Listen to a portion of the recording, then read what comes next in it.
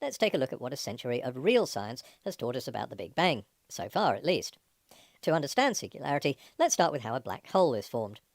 Stars keep in shape because of a balance between heat energy, which forces them to expand, and gravity, which forces them to contract. As a large star uses up the last of its fuel, heat builds up to the point where it explodes. Yes, here we can use the word explode. What remains gives in to gravity and collapses in on itself. As this ball of gas continues to collapse, it becomes so dense and the force of gravity becomes so great that even the atoms get crushed, and you get a neutron star. It's a vicious circle. The more matter is crushed and compressed by gravity, the smaller it gets and the more intense the gravitational field. And the more intense the gravitational field, the more matter is crushed and compressed. If the star is massive enough, this process keeps going until everything gets shrunk to a small point, which is so dense that even light can't overcome gravity and escape. This has a number of effects. Einstein discovered that space and time are part of the same fabric, and that gravity warps both space and time. If we could see that effect in a planet orbiting the Sun, space would look something like this. We'll put it into 2 dimensions to make it easier to visualize.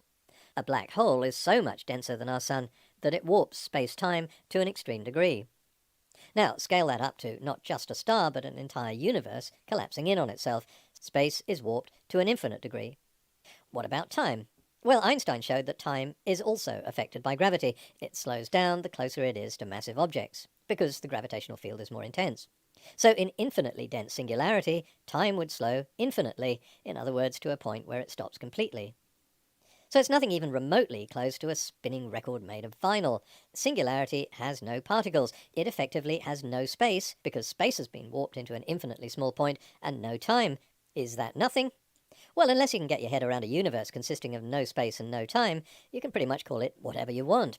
But just reducing all this, which are calculations related to the state of the universe 1 billion trillionth of a second after it started, to popped out of nothing, suggests that you have no clue how to debunk any of the physics, so it's easier to coin a term that a 5-year-old can understand and then have a stab at debunking that.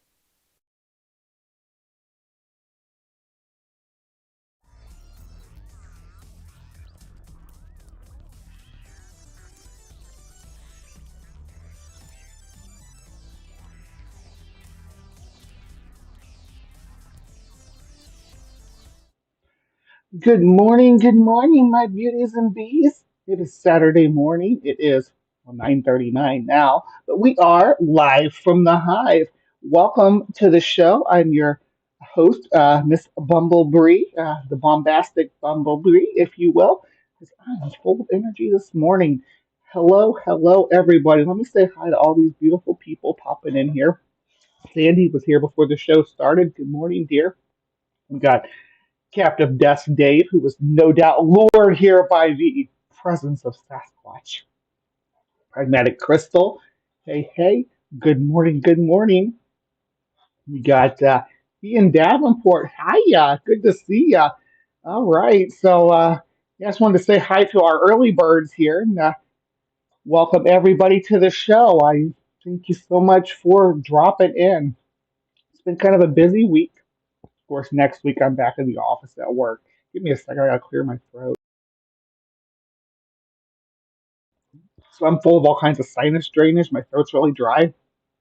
You all know I smoke too much weed, so we don't work good together. Let's just say. So I got a nasty cough this morning. Hello, Sonia or Sonia. I think it's Sonia, but good to see you today. So I ended up canceling uh, Creation Watch last week, and unfortunately, um, because or because no, it was all me. Was actually supposed to have Atheist Junior on. We're going to do some younger creationist giant stuff, but I was I was had my family Thanksgiving on last Saturday. I know it's really early for an American Thanksgiving, but I went there and they were doing everybody was doing apple pie moonshot shots, and I haven't drank like hard. I sip on stuff with you guys playing drinking games about drink every time they say this and stuff, but I don't drink like socially. So I was like hammered. And Sunday morning, I did not feel like I could do a show, which AJ was really cool with. We'll have AJ back on soon. Don't worry if you like Atheist Junior, they'll come back. I actually did go on Doc Dino's channel earlier this week and had a run-in with Modern Day Debates Ryan. I didn't actually engage with him though. I was there to talk about dinosaurs. He was there to talk about Matt Dillahunty and about how trans people and their partners should always be obligated to turn any conversation or debate into the discussion of trans issues for some reason. And I'm not about that kind of life, so I dipped. But I did have some words with some different people in the community and stuff about it. So it's been kind of a exhausting week. It seems like every week something new happens. I'm trying to de-stress my life a little bit because I'm dealing with a lot of emotional stuff. So and I want to stay happy and driven and keep in a headspace where I keep wanting to do this. If stuff starts to make me feel like I don't like doing this anymore, I'm gonna tap out. It's that simple. Um, I don't have the bandwidth for it anymore. I'm done.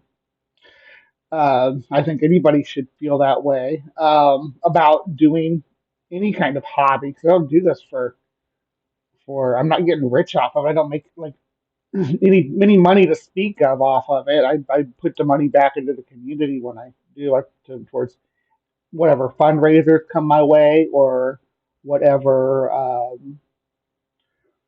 whatever causes or channels that I like to support. I'm a member on certain people's channels and I'm patrons for certain individuals and stuff. So yeah, there's that. Speaking of fundraisers and stuff, I do have my own stuff going on still, my own fundraisers happening or fundraiser happening uh, for my uh, surgery, or not surgery, for my hair removal thing. But I want to put that on the back burner for a second because my my friend has actually started a fundraiser to take that final step in getting a full gender reassignment surgery. So if you have any spare shekels to throw, it's you all know who this is, obviously, but I just want to share the fundraiser because yeah, gender dysphoria is so hard to live with, and this is my friend Arden. She is the co-producer on the line, the big YouTube channel, but she's trying to raise some money to take that final step for gender reassignment surgery. So uh, she's done. hormones and all the other steps to build up to this. She's gotten other surgeries and stuff. So now she's taken that final step. She's trying to get uh, 25K, which I guess is to help with living expenses as well while she's in recovery. But yeah, if you want to donate, there it is. I dropped the link into the side chat. Um, Next week I'll be back to I'll be back to shilling my own fundraisers if I remember to. I never remember to. I always even forget I have them. I get so caught up uh, in just dealing with day to day life that I forget about the things that I got in the future that could make day to day life a little easier, like the laser surgery. Because facial hair is a huge issue for me. It really is. So yeah, if you want to donate.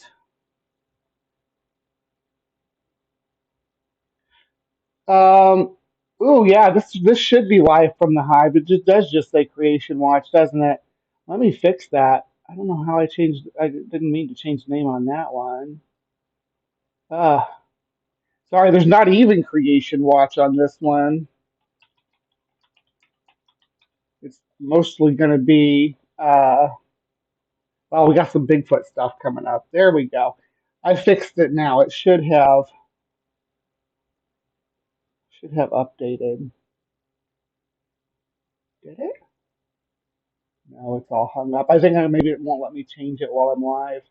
That stinks, but we'll fix it. Maybe it'll change it in a little bit. Anyway, anywho, thank you for pointing that out. I hadn't even noticed that. So excited to get things started this morning. So anyway, tomorrow we will have just Creation Watch, and we're going to be talking. The black goo is returning because the people that I talked about that were like super into the black goo, they are back. So we're gonna be diving headlong into that. What the heck you doing? It's not gonna save. Let's reload it and try it again. We're gonna do live from the Hive.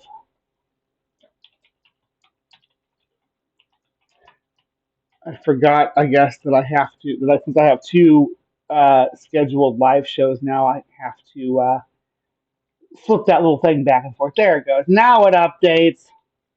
Yeah, we're going to be all over that black goo part two. Yes, electric boogaloo. All right, but that's tomorrow on Creation Watch. So come hang out for that. It's actually going to be me and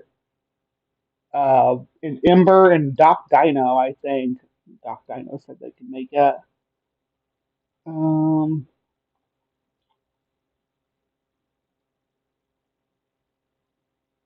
yeah, and they're asking what the black goo was. I'm not giving any spoilers. These people are go deep into it.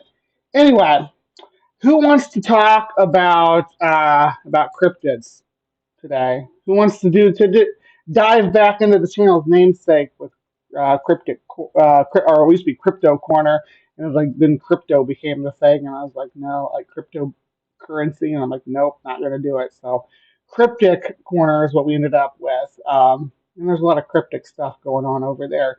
So let's find out what's going on over there today. I think y'all saw some spoilers in that last screen share I just did, but I'll see you guys over in Cryptic Corner. Enjoy the new intro.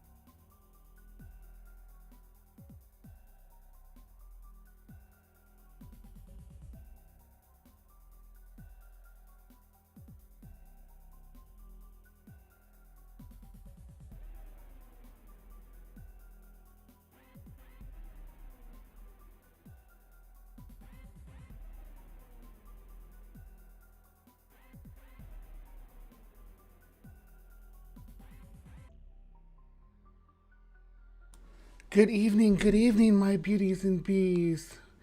Welcome to another episode of Cryptic Corner, where we explore the unexplained, the supernatural, the paranormal and hidden, the mysterious, the alien, the accursed, and the forbidden. Boy, do I have good a good one for you guys today. And let me know if the audio sounds better, because I had the wrong audio before. That's why it was really echoey and weird.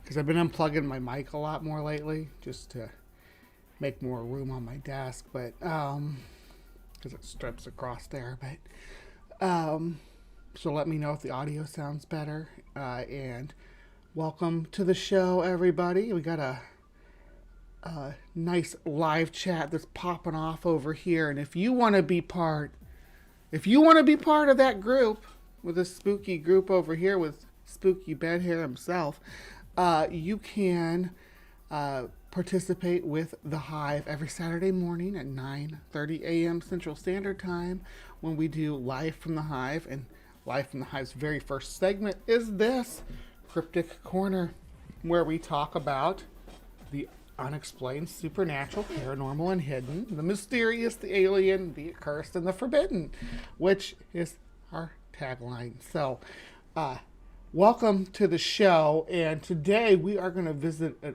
old friend of the show, someone who's been a focus of this segment since the very beginning. I think like maybe the fourth episode. Maybe it was the fourth episode was about Sasquatch. But this is Bigfoot, man-eaters, and killer Sasquatch. Alright, and the channel is Late Night Strange. And Late Night Strange means something different in some communities.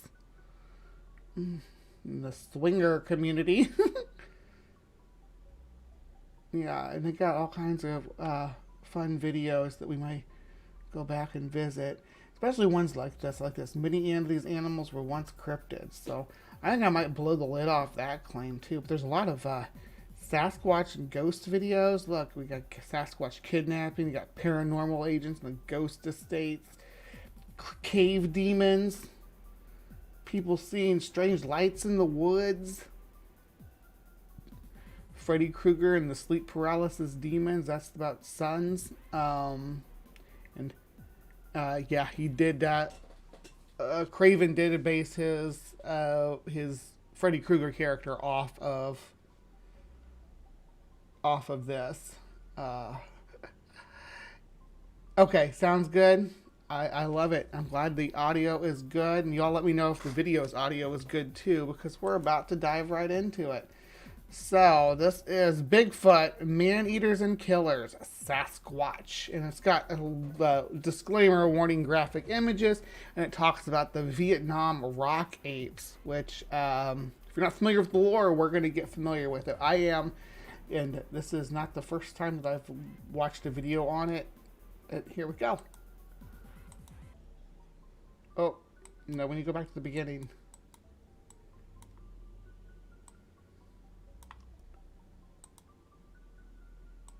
Hey guys, welcome back to another Late Night Strange. Today's topic, we are going to be discussing about Bigfoot. So today I'm not going to be talking too much about personal encounters or the history of Bigfoot. I believe the History Channel, podcasters, YouTubers have already filled that void. And if I just spend the next 10 or 15 minutes talking about that, it's just going to bore everybody to death, and it's going to be very repetitive. So what I'm going to do today is talk about the species of Bigfoot that have been seen all over the world, and the types and what people think of them.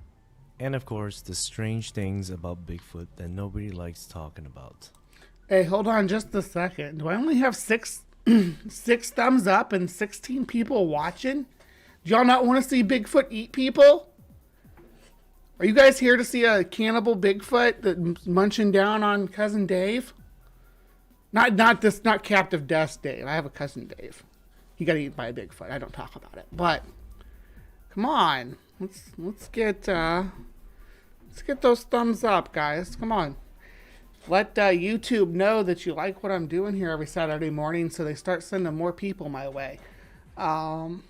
Yes, let's do it. Let's get back to this Sasquatch. Watch this. I like this guy running. So, it's going to be a pretty interesting talk tonight. And I will tell about my dad and my ancestors, their perspective on Bigfoot and the types of Bigfoot that their village have encountered. Oh my gosh, Sumami, you come up with the best little taglines. Are you not, what is that, Sasquatch tamed? Are you not Sasquatch tamed? Are you not Sasquatch tamed? That's got to be something Dave's going to make a meme about now. While living in the jungle of Laos. So I hope you guys find my take on it interesting, and we're going to be discussing about the killer Bigfoots out there in the world. Alright, enough talking. Let's get started. What is a Bigfoot, one may ask? Bigfoot is often described as a large, muscular, bipedal ape or human-like creature covered in black, dark brown, or reddish-darkish hair. Those who No, there's albino Bigfoots too. They're just not as common. We should do an albino Bigfoot episode for the holidays or sometime during the Christmas season to celebrate Bumble from the Rudolph the Red-Nosed Reindeer movies.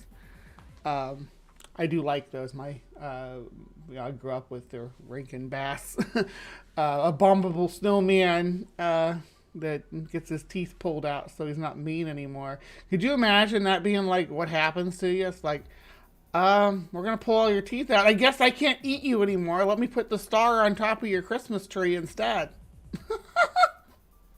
who have seen this creature have reported them to be at least 6 to 9 feet tall. On rare occasions, some even said they were 10 to 15 feet tall. So according to HiveScience, there's been over 10,000 reported sightings in the United States alone. And that is just what they documented. Imagine There is a phenomena, right? It does exist. The phenomena exists. That's what I tell people when I go into these Bigfoot groups. It's like, I'm never going to argue with you guys that this phenomena exists. It does. Something happening here, right? I mean, what it is, it isn't exactly clear. There's no man with a gun, though. If there was, we'd have a dead Sasquatch, and then we wouldn't have to worry about whether or not they were real, because we would know. That's my problem, because there's, if there's, for every Sasquatch in the woods, there's like 1,200 hunters. So, for every Sasquatch sighting or whatever in the woods, there's like 1,200 hunters hunting that same strip of woods, and nobody ever sees them. They're huge. Anyway.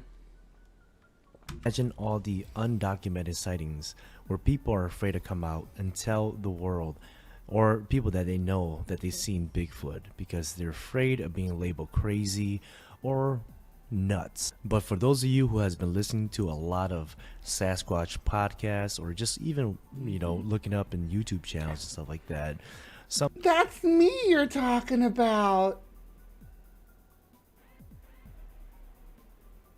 Yay. Yeah, sorry about the poor audio on the beginning there. I see people mention that it did change. Good. sometimes, in a couple episodes, these podcasters will come out and say there are a lot of credible images, videos that never surface on the internet because these people, they have families of Bigfoot or Bigfoot living on their land, and they don't want to make it public because they're afraid that people might track where they are and come and pretty much harass these Bigfoots off their land and pretty much just chase them out. So a lot of these people that live out in the rural areas that own hundreds of acres are usually pretty hush-hush about this topic. So, I don't know about that. I think a lot of people would try to monetize it. Bigfoot's living on their land. Yes, they're going to get big, the country folk, they're going to get big lifted trucks, and they're going to take people on tours to see the Bigfoot out into the back country. That's what's going to happen. They're going to do like they do in any other wildlife. They're going to get big lifted trucks or vans with plexiglass or whatever over the windows and drive people out to see them. That's what they would do. That's actually what like Todd Standing's grift's all about. But yeah. But of course, somebody always needs somebody to talk to that 100% believes them, and those who will hear them out are these podcasters and YouTubers. One of the most famous films out there is known as the Patterson-Gimlin film, recorded in October. There is quite a bit of exposition. Well, I should say quite a bit. He's only 3 minutes in. I should give him a break. I just got to keep stopping it just because of the God damn it, WinZip ads. Because of the algorithm, but October 20th, 1967 by Roger Patterson and Bob Gimlin. I rode across the creek. I got off the horse and took my rifle out of the scabbard in case I had to make a shot. She made that turn to look.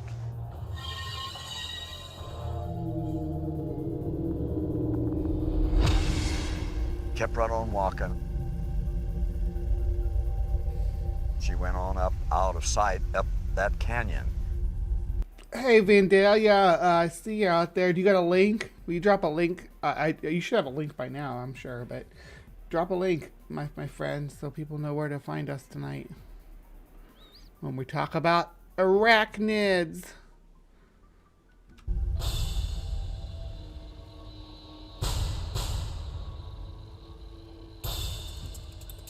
All this time I'm thinking, holy mackerels, these things do exist. They recorded a Bigfoot walking through the woods. It's about 59 seconds long, where you see this female Bigfoot walking and takes a look back at them. And this video right now still being very highly analyzed and very scrutinized. Yeah, so this is the video.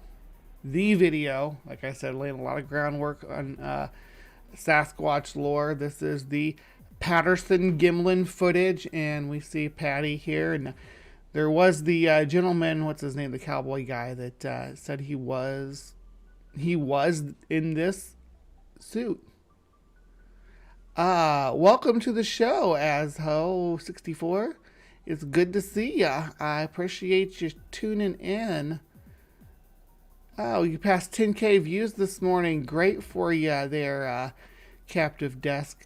I'm happy to hear you're growing. AR, we are the Squatchcasters. I'm not really, don't consider myself a Squatchcaster though, because I do more a broader array of topics than just Sasquatch, but I do interact with a lot of Sasquatch people, and I do talk Sasquatch with those people when I interact with them. So I do talk about Sasquatch a lot. I know a lot about it. I know a lot about the lore and the origins and all that good stuff. So I'm not out of my element or anything when I go into those groups. And still a debated subject today, saying whether it was a fake video or real. She's got some maximum thickness in the back end, but she's got no butt crack at all. Do y'all notice that? It's just a solid dome back there like a cone head. Real or not, this video evidence has been one of the most profounding footage we have of Bigfoot if this creature really exists. After the release of this film, there has... She ain't got butt cheek, she's got like one cheek. A butt cheek. People don't talk about that though when they talk about Bigfoot. They're just lucky that they found the footprints before they found the sitting prints, or else we'd just call it one cheek. You're like, there's a one cheek sighting in the Pacific Northwest. There's been a lot of hoax that followed with it. This is as real as you're standing right where you are, sir. Say they stuffed the Bigfoot carcass in a freezer and for an undisclosed amount handed over the frozen creature. But after some thawing, all that was left, a rubber gorilla outfit. Calls to the two men about their fake discovery. Yeah, I remember that one. That one was pretty hilarious. These two guys with their rubber suit Bigfoot. Asho64. Depends on where you're following at. If you are on, I do a morning announcement on Twitter before the show starts and on my Facebook group. It will automatically do an announcement on my Discord group to say that I'm going live, and then a half an hour before I go live, there should be an announcement on the channel that says that we are going live in half an hour. So I think that I got lots of alerts out there. You gotta be in the place to get them. So if you follow me on Twitter, if you're in the Facebook group, if you're on my Discord server, or you follow my YouTube channel and ring the bell, it will tell you somehow, it should, that I'm here every Saturday morning, 9:30 a.m. with Live from the Hive, where we dive into CryptoCorner and have a good time. We do everything we've done recently. We did sewer gators. We talk about psychic powers and ghost cats and all sorts of weird stuff. So if you're into that, if you're into the forbidden cities under the Grand Canyon and insectoid aliens invading your bedroom, then come back and hang out with us more, because we love to dive right into these topics. Haven't been returned. Mike Gracia, The Associated Press. Even though some of these hoax that happens in the United States has been proven to be a hoax, you cannot dismiss the reports that happens all around the world. Picture this. Just imagine this. Over 10,000 reports in the United States alone. There's so much other reportings outside of the United States. Even if one of those reports were real, that means that Bigfoot really does exist. So we know this creature as Bigfoot, but the Native Americans, they called him Sasquatch, also known as Wild Man. Dead South Sasquatch is also a regional name. It's just the one that became the most popular. I think it's the Nahanni name for him. You might clarify here, but in the United States alone, there are over 100 names for this creature. True. It all depends which region you're from, which tribe, where you grew up, and the stories that follows these creatures. So I'm just gonna give you guys an example. Down in Florida, they call it the skunk ape. Skunk ape pretty much lives in the Everglades. So I'm not convinced that the skunk ape is the same phenomena as Bigfoot. Skunk ape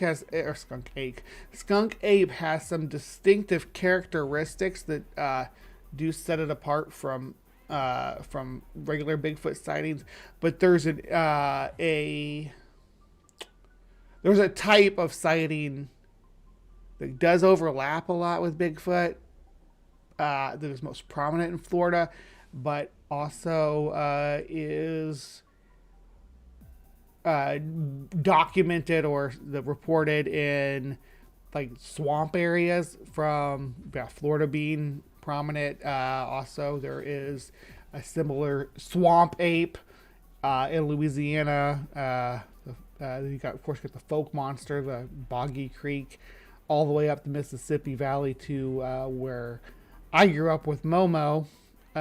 These shaggy, stinky, lives in and near the water kind of creatures. Sometimes they have weird numbers of toes, like 3 toes or 7 toes, weird stuff like that. Mostly they have reduced digits though. But the Rougarou or whatever from Louisiana, there's a whole lot of southern creatures that are a bit different than what you see from your typical Bigfoot sightings. They're not quite as bipedal. They move also on all fours like apes do, and they tend to be sighted quite often in or around the water, and places where it'd be crazy to see a person go, and they'll have video footage of them like waiting and stuff like that. Anyway. You can smell it before you see it. They have a skunky odor that burns your nostril, and they are super dirty. But in Georgia, they call them the woolly booger. Minnesota, they call them the Iceman. North Dakota, they call them the Madden Monster. It just goes on. And so my grandma was from Tennessee, and she called them boogers, and she said you could smell them in the woods when she was a kid, but they're all gone now. So there's that. I don't know what they were smelling, or who they were running into. out in the woods, but that's what she said. Someday I'll talk about Grandma more. And on and on. I can tell you all 100 names if you like, but I'm not going to get into that right now. The one creature that I really want to talk about is called the rock ape of Vietnam. And this creature lives close to my heart because my dad have always talked about this creature when he was back in Laos. Believe it or not, there's actually 2 different types of species that my dad always talked about when he lived back in Laos. One Here we was the go, rock ape, apes. which in my culture they call it the Marlu. The other one is actually more of a spiritual being or a magical being or a magical Bigfoot that has supernatural powers. That one is pretty much a strange side of Bigfoot that nobody likes talking about, and that is what they call the Pinot Vai. And there's that lore kind of crosses over with all Bigfoot too. There's always a supernatural element that some demographics will tie into it. In the Bigfoot community, there's actually a struggle between those two factions, the naturalist and the supernaturalist, because it's a Bigfoot, so you can make any kind of claim about it you want. You give it any kind of attributes. You say it teleports. You can say it disappears. You can say it uses its abilities to interfere with cameras. Whatever you want to claim about it, you can just throw that out there because there's nothing grounded currently about Bigfoot. And I'm just going to be blunt with everybody right now. I'm actually not a Bigfoot believer. I was for a long time. Definitely not now. After decades of research and exploration and folklore research, which is the most important part of any kind of Bigfoot research, if you ask me, looking into the folklore behind what it was that was being encountered here. And we see again an archetype that over last night on CryptoCorner, Friday night, where we premiere these. This will be on Friday night here in a few weeks. This episode will be, but we talked about the Hat Man and the archetype that people encounter, and Bigfoot is the Wild Man is a similar kind of archetype that is definitely ancient, that actually, unlike the Hat Man and the claims about the Hat Man, wild men show up in cave paintings. Wild men show up in tens of thousands of year old art depicting hairy people and whatnot. So there is a phenomena there. Again, I accept the phenomena. I don't accept that it is a unidentified species of primate. I think there's something else here. I don't know what it is. I'm not claiming to. I think that if there was an unknown primate that we would have of that size, that we in those ranges, that we would have found evidence. We haven't. So we're gonna go with no. So let's talk a little bit about the rock apes. The rock apes were described to be very hairy, Sasquatch-like humanoids. They were said to be from about 3 to 7 feet tall. So compared to the United States Sasquatch, they aren't that tall. They were very muscular, and then a lot of them had protruding stomachs. Their hair color ranges from red, orange, brown to even black in color, covering everything except for their knees, soles of their feet, hands, and face. According to Thai and Vid people, they were also known as the forest people. They live deep in the jungles, they don't shy away from human contact at all, and they were even known to sit beside villagers and make fires. So they do have some intelligence. So to be blunt here about the rock ape too, when it comes to the identity of this creature, some of the guys that come back and reported that rock apes were some Sasquatch thing. Other guys came back and said, "Oh, they're monkeys," and even there's another name for them. Even like another common name that other people know them by is mountain monkeys, because they live in up in the mountainous regions. But they were monkeys, and they identified them as monkeys, not as an unknown hominid, not as an ape or anything like a Sasquatch at all. They were monkeys. They were big monkeys, big macaques. Is what they reported, big macaques. So let's see. Just real quick, I'm just gonna pull over.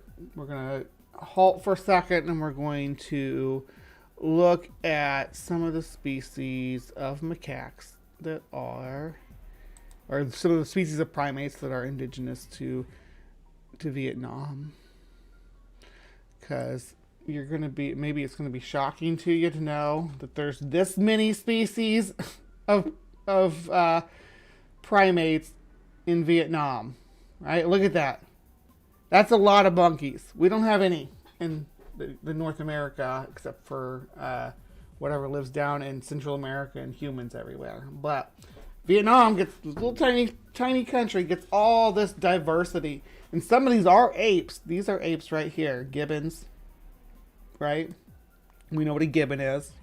My audience overlaps with guts that gibbon. You've seen a gibbon. They're primates that have little heads and stand about this tall and probably look pretty much like a weird little human running around when they're on the ground.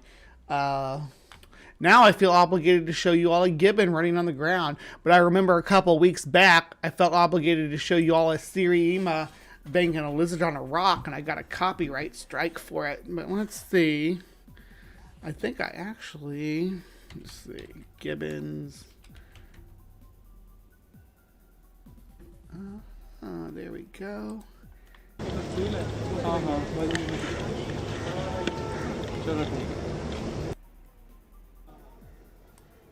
They'll walk in a second.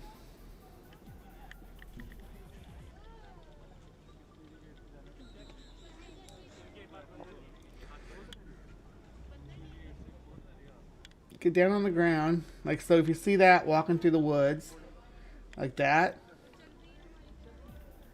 right?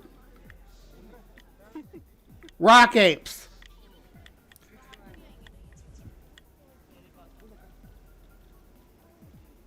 They're so funny. I love them. You want to see it? Gibbons. What was that? Let's say something about teeth.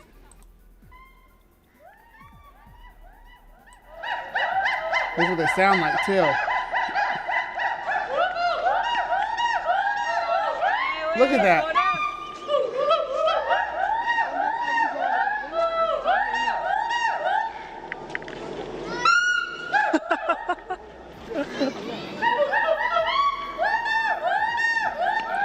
See, now think about it. You're a soldier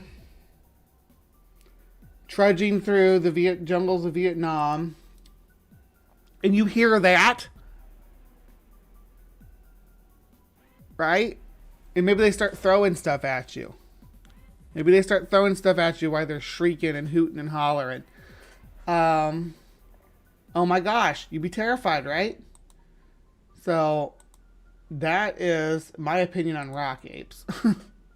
But let's let them continue on. Some of the most fascinating stories came after the Vietnam War, where American GI soldiers told their stories after returning home of their encounters with these creatures. And to make matter even crazier, these soldiers didn't just come out and say, hey, yeah, these creatures really do exist.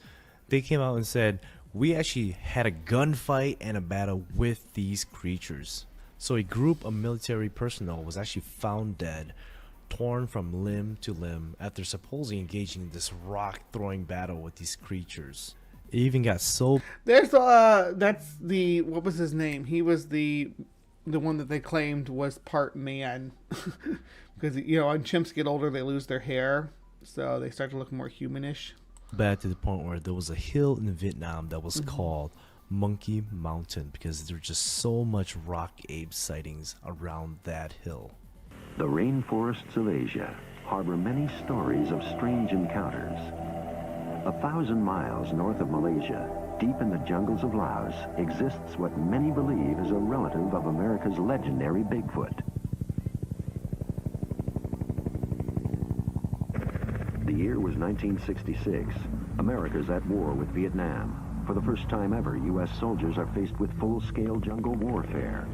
As military missions take forces deep into the heart of the Indo-Chinese forest, extraordinary... Right, young guys right out of school from the U.S., not a lot of worldly experience, not a lot of exposure to Well, again, we have no primates whatsoever in the U.S. I'm sure that a lot of the guys may be seeing apes in zoos. Enough to know what an ape is, so they were able to identify gibbons as apes, but weren't able to identify them any further, other than that they threw rocks at them and hooted and hollered. Stories begin to filter back from the field. Stories about encounters with strange creatures. As a young soldier in Vietnam in 1969, veteran Tom Jacobs was often sent on missions into the... How long are we going to be hooked into this Discovery Channel documentary? Because that gets me in trouble. It's the Discovery Channel. We're going to have to stop every couple of seconds through this, so hang in there. Jungle. Yeah, Oliver the Humanzi. Thank you, Nikki. Welcome to the show, Nikki. Good morning. Hey, Trees. Good to see ya. One day, though, he witnessed something he will never forget. We really didn't know what it was. It sounded like the North Vietnamese were attacking us with tanks. A band of large primates began throwing rocks at his platoon. I had heard that there had been previous problems with what we called rock apes. And in fact, at one point, a band of them threw one Marine off the rock pile. And so we were wary of them, without a doubt. What Sergeant Jacobs had seen may have been any one of a number of primate species which inhabit the Indo-Chinese forest. But several times, he says, they came face to face with a creature that was entirely different. This animal was stockier. He was of darker color, a lot more muscular. This different creature would, early in the morning, burst out of the jungle into a clearing and just rail at us, just yell and scream and shake his fist. Remember what we just looked at, guys. Remember what we just saw, right? The hooting, hollering. They're loud, and yeah, and they are tall for an ape. They're tall, and if they live in pairs, right? Sometimes they'll live in a pair with their young, but they can work together. They can if they put their effort into it, they could wreck a person. It doesn't sound like they were opening fire on them at this time, so I imagine they understood that they were just animals. And it was very human behavior, and it was real obvious that he took exception to our presence there. During the Vietnam War, it wasn't only American soldiers who had run-ins with what appeared to be a type of Bigfoot. On the North Vietnamese side, there were... Yeah, so as Host 64, this show is recorded live from the Hive every Saturday morning, but they premiere on Friday nights. So this is where we record the live segment, and then it premieres on a Friday night, every Friday night at 8 p.m. Central Standard Time. So if you're just here for Cryptic Corner, and you want to catch up on that, there's a full playlist, I believe, with every episode that you're eligible to. Let me see if I can grab that and drop it in the chat. Just a second. Here is.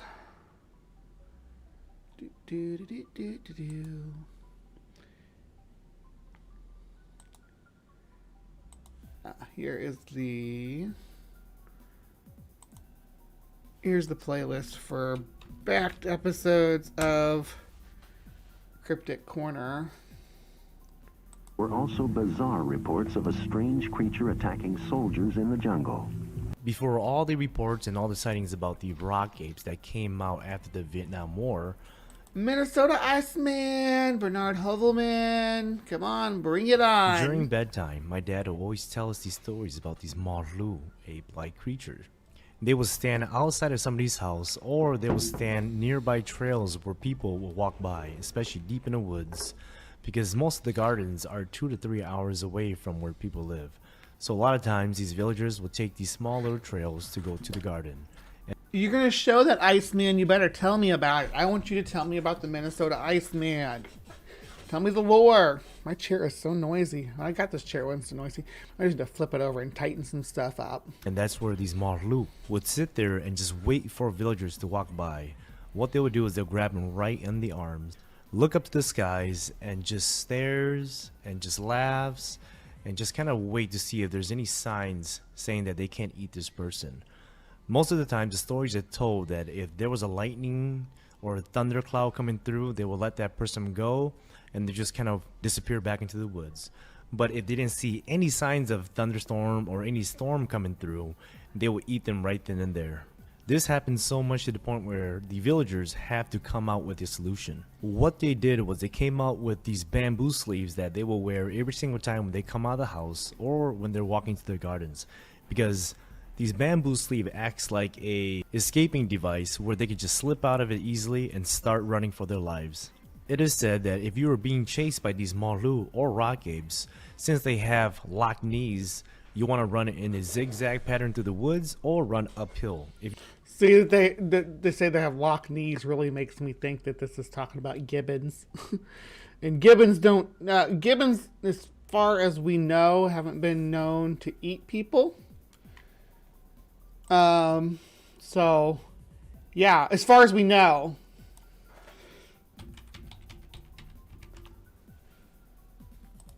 If you run downhill, you're pretty much dead. And growing up, hearing all these stories, I thought it was just folklores or bedtime stories, until the accounts of rock apes came out after the Vietnam War. The craziest thing about this is the GIs went into Vietnam War thinking that they're just going to be fighting the Viet Congs and the Red Laos, but they ended up fighting 3 enemies, which one of them were rock apes. And if you don't I just think that they were being harassed by gibbons. I'm just going to keep repeating that, I guess. As soon as they give me some evidence that it's something else. believe me, just look up the rock ape encounters or just watch the documentary about the rock apes and comb through the comments. There's so much accounts of people's grandfathers or grandparents telling them about encounters with the rock apes. It makes you wonder why between 1965 and 1975, why the United States dropped more than 7.5 million tons of bombs in Vietnam, Laos, and Cambodia alone. Pretty much double the amount. I don't think that they dropped bombs for non-native primates. I would love for Bigfoot to be real too, Vandalia. Absolutely. They think I was a baby Bigfoot. You think you're a baby Bigfoot, Sumami? They'd steal you for reproductive purposes. That's what they do in the folklore. They steal women in the night. They'd be rather disappointed trying to steal me for that, but you know, you live and learn as a rock ape. Save the Vietnamese Bigfoot.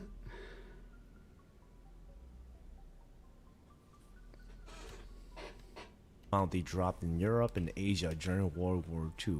I understand that the Viet Cong had a lot of tunnels that they dig throughout the jungles as surprise attacks and booby traps. Just think about that. 7.5 million tons of bombs just dropped in Vietnam, Laos, and Cambodia alone. Were they trying to get rid of something else? I don't know. Imagine going to battle thinking you're going to be fighting another human, but ended up running upon monsters. If you ask me, that makes a perfect Hollywood movie. The idea of Bigfoot. You think you look like a balding orangutan? Or they're dwarf Bigfoot. So in this area, actually not far from the encounter with the rock ape, there is the Indonesian orangutan, which are tiny, orangutan colored. They're orange. They have orange fur, and they're like yay tall, and they live. We've covered them before. We actually covered the video of the guys with the motorcycles chasing one through the woods. It was running on foot. It was super fast too. But there's those, and then yeah, the rock apes are smaller compared to Bigfoot, which another reason why I think they're gibbons. The Yeti is a little bit smaller, but I mean, still bigger than a human, but it would, I guess, be considered a dwarf Bigfoot compared to the 8-foot tall monsters that are reported in North America. Yetis being somewhere between like 6 foot and 7 foot, 7.5 foot maybe tall. You know? Foot and rock apes attacking and eating humans isn't a fairy tale. Those of you who have been following David Paulides Missing 411. This guy. All right, David Paulides, Missing 411. He does the book about people disappearing in national parks. He does several books about people disappearing in specific parks. He has books about the United States. He has books about parks around the world. He has some theories that if you really start to try to sink your teeth into them, you'll realize there's no meat on those bones. If you get my meaning, it's not a high performing argument, right? It doesn't hold up to scrutiny, but he does it because he can draw correlation between these people were near water, these people were found in a rock field, these people were lost during a storm, or there was rain after they disappeared, or there was snow. All these correlations that he draws, and then he throws in he sprinkles in some Bigfoot. Oh, they come back when it's kids. They come back talking about a hairy person. Hey, when the Dennis Martin case, well, that deserves its own whole episode. I guess we kind of have done our own whole episode. The South Force 10 episode was mostly about the Dennis Martin case and David Paulides. But yeah, he's basically what I consider a grifter, just because he's profiting off missing persons, which is kind of icky in my opinion. Knows that a lot of these strange cases of people going missing in national forests has a lot of correlation with Bigfoot sightings. To those of you who don't know who David Paulides is or the missing 411 cases, David Paulides is a former police officer who is now an investigator and a writer known for primarily his self-published book dedicated to proving the reality of Bigfoot. That is what he did back then, but now dedicates his time to pretty much research these missing cases of people that have gone. So here's the problem, okay? Let's say you're someone whose family member went missing in a national park, and they're on a missing persons list, right? And people are supposed to be on the lookout for them. How is it going to help to have them in a book saying that they were kidnapped by Sasquatch, right? That only helps them stay missing. On missing in national forests, parks, or around the world. In his Missing 411 books, he doesn't come out and say Bigfoot did it, but the more you read and the more you listen to these stories, there's a lot of resemblance of eyewitness accounts seeing these creatures carrying little. I like how it had no tracks on the checkboard there when Bigfoot. What's Bigfoot famous for? Where's Bigfoot get its name from? Tell me your answers in the chat. Where does the name Bigfoot come from? What did they find to give him that name? Little kids and running them off through the woods. There's even these cases where search and rescue teams have found these kids weeks later and have pretty much asked them, like, where were you this whole time? And then these kids will come out and say, the fuzzy man took care of me, or a bear man took care of me, and they were fed. That's Momo. That's not Fuzzy Man. I know that art piece because I'm from Missouri. That's Momo. It's on the cover of the Momo book. Yeah, Momo is famous for his giant head. Of all the Bigfoots, he had the biggest. He's reported to have this big giant head. Right, Nikki. David Paulides leaves out all kinds of stuff. I have little nightmares about getting lost and my case turning into some missing 411 alien nonsense, right? Wouldn't that be the worst thing to be lost in the woods and you find some abandoned old cabin and you turn on a TV and David Paulides is on the TV talking about how you were kidnapped by Bigfoot and they're calling off the search? At berries and stuff like that, and it's just a interesting read, and it just blows your mind once you get into the rabbit hole with the Missing 411 series. But these were the cases where the kids or the person was found. Majority of the time, those people who go missing are never recovered, or else they were found 1 or 2 years later and they have already passed away. So and it's horrible. These people disappear and this stuff happens to them and they get their remains strewn about by nature and wildlife, and it's tragic. to grift off of that film. Oh. Highly recommend for anybody who likes strange and weird stuff. But my take on it is I started reading all this stuff and just pretty much digesting everything in the Missing 411. We need to do a Missing 411 book group, Nikki, Dave, where we read like get together and read like a chapter of it live on a stream every week. That'd be fun. Or maybe just once a month.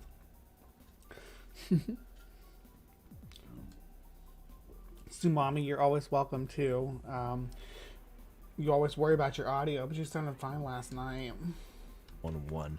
And a lot of these cases happen near limestone or places that have cave systems. So I started pretty much piecing those. North America, limestone and cave systems? Oh, those are rare, huh? That's not most places in North America where there's a national park or anything. Jesus fucking Christ. Those two things together and then looking at all the Bigfoot encounters and at the same time looking at all the missing accounts throughout the United States. And what I found is such a similarity between 3 maps. One map where people gone missing. Another map is...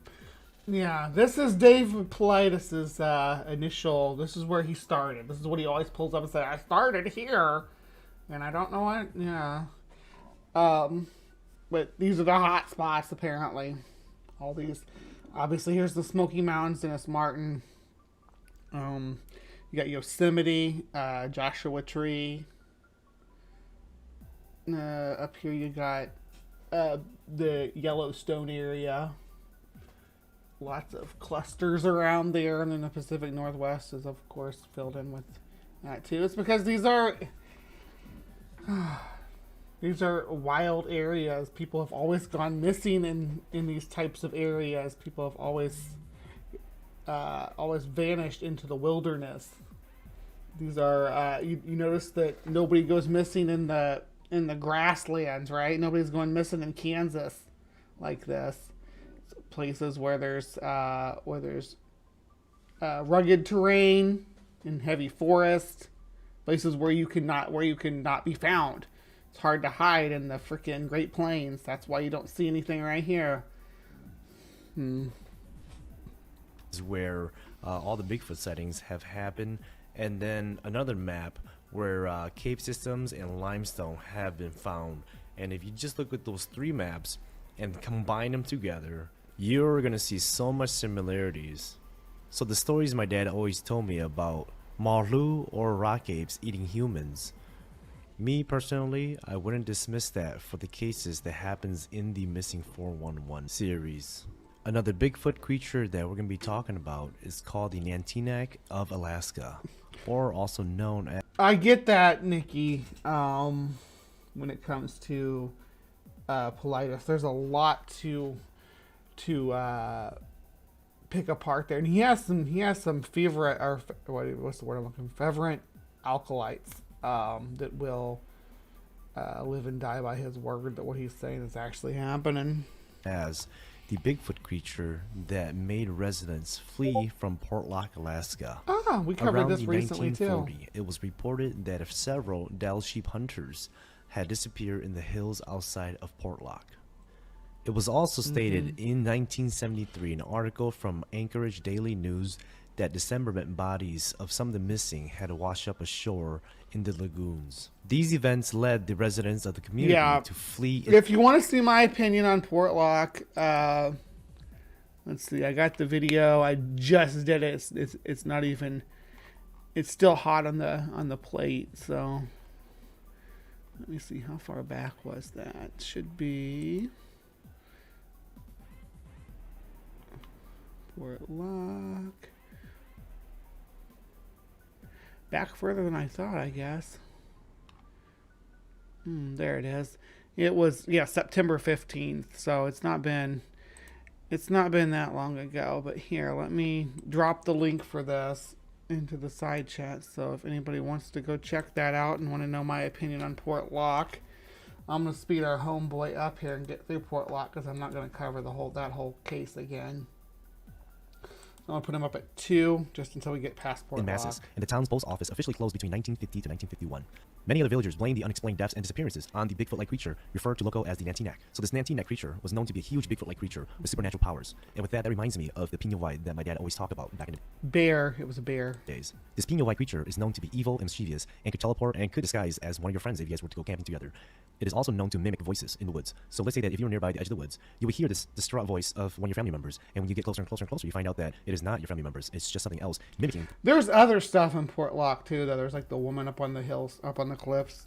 There's devil monkey things, all kinds of good the voice, stuff. so it can lure you to the forest to eat you. And that is what the Pino White is. A spiritual being or spiritual ape-like creature that feeds on human and is pretty much evil, but has all the features of a Bigfoot in its natural form. Those that have been reported to seeing this creature say sometimes they are about 3 to 4 feet tall, and even reported to be at least 7 to 8 feet tall. So a lot of resemblance with the American Bigfoot, but they have supernatural powers. And that is what this Nantinak reminded me of. But the story just gets a lot more bizarre than that. Let's talk about some of the deaths that happened in 1930s in Portlock, Alaska. So there was a mysterious death in 1931 when a logger named Andrew Camlock, it appeared that he had been hit over the head with a huge piece of logging equipment, something that a man could not even have lifted or swung. So when they found his body, there was blood on the crane, and he was a good 10 feet from it. It looked as if someone or something had been accumulated uphill from the tent. That when it came down the terrain, it hit the team members when they were well unaware of. So for tent site. Okay. 2 months later, the remaining 4 bodies were the expedition. One of the 10 classmates decided he wasn't feeling good, so he decided to return. He decided to go there and check it out for themselves. So they have a TV show called Alaskan Killer Bigfoot on Discovery Plus. So you guys. All right, so we got past the Portlock stuff. I'm gonna slow it back down now.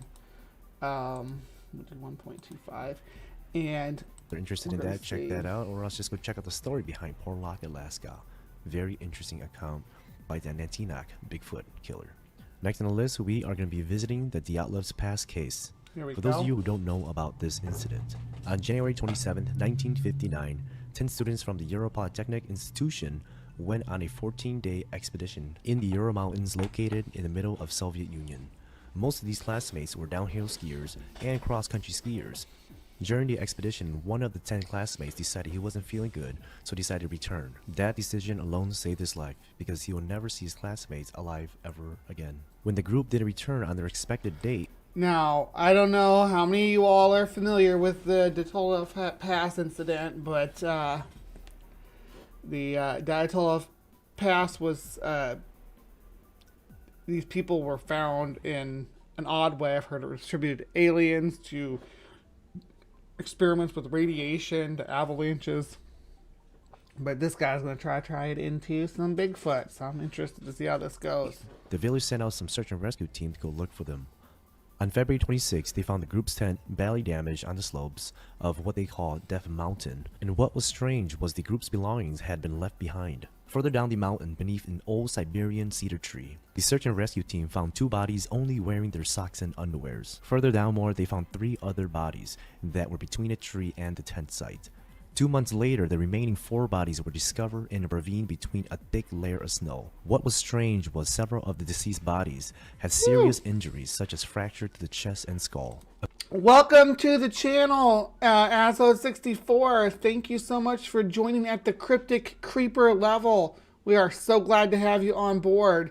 And Vandalia, member for 6 months. HiveSci will be over on my channel 6:30 p.m. Eastern time to talk about arachnids. That's 5:30 my time, Central Standard. We are going to be talking about arachnids. Yeah, it's going to be fun. Good times. Good times to be had by all. A few of these bodies were even missing their tongue. The Soviet authorities investigated and determined the causes of these deaths, concluding that the compelling nature forces... It's almost like scavengers go for mucous membrane first. It's almost like mucous membrane with its wet nature also is more susceptible to the elements and to being frostbitten and frozen off. Of avalanches and snowstorms were the cause of the deaths of the hikers, but others have different theories. They blame it on the murderous Yeti that roams the area of Death Mountain. But on the night of the tragedy, one of the most important contribution factors was the presence of the katabatic winds. Winds that carry air down a slope under the force of gravity. These winds are so strong that it could carry and transport the snow, which would have been accumulated uphill from the tent.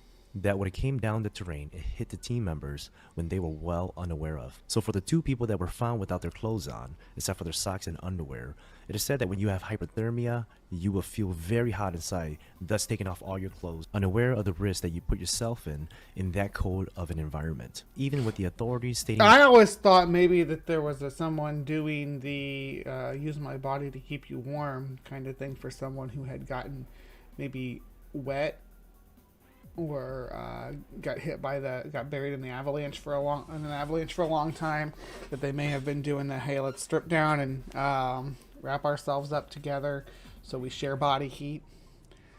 Might have been the reason. Just a thought. People can do that. They have solved this mystery of the 9 hiker at the Yatlov's Pass, but to many who still believes this was a Yeti attack, there's a lot of strange occurrences during that time that didn't make sense to investigators. For example, why did the hikers cut themselves out of their own tent? And why did they leave a freshly meal perfectly laid out and ready to eat?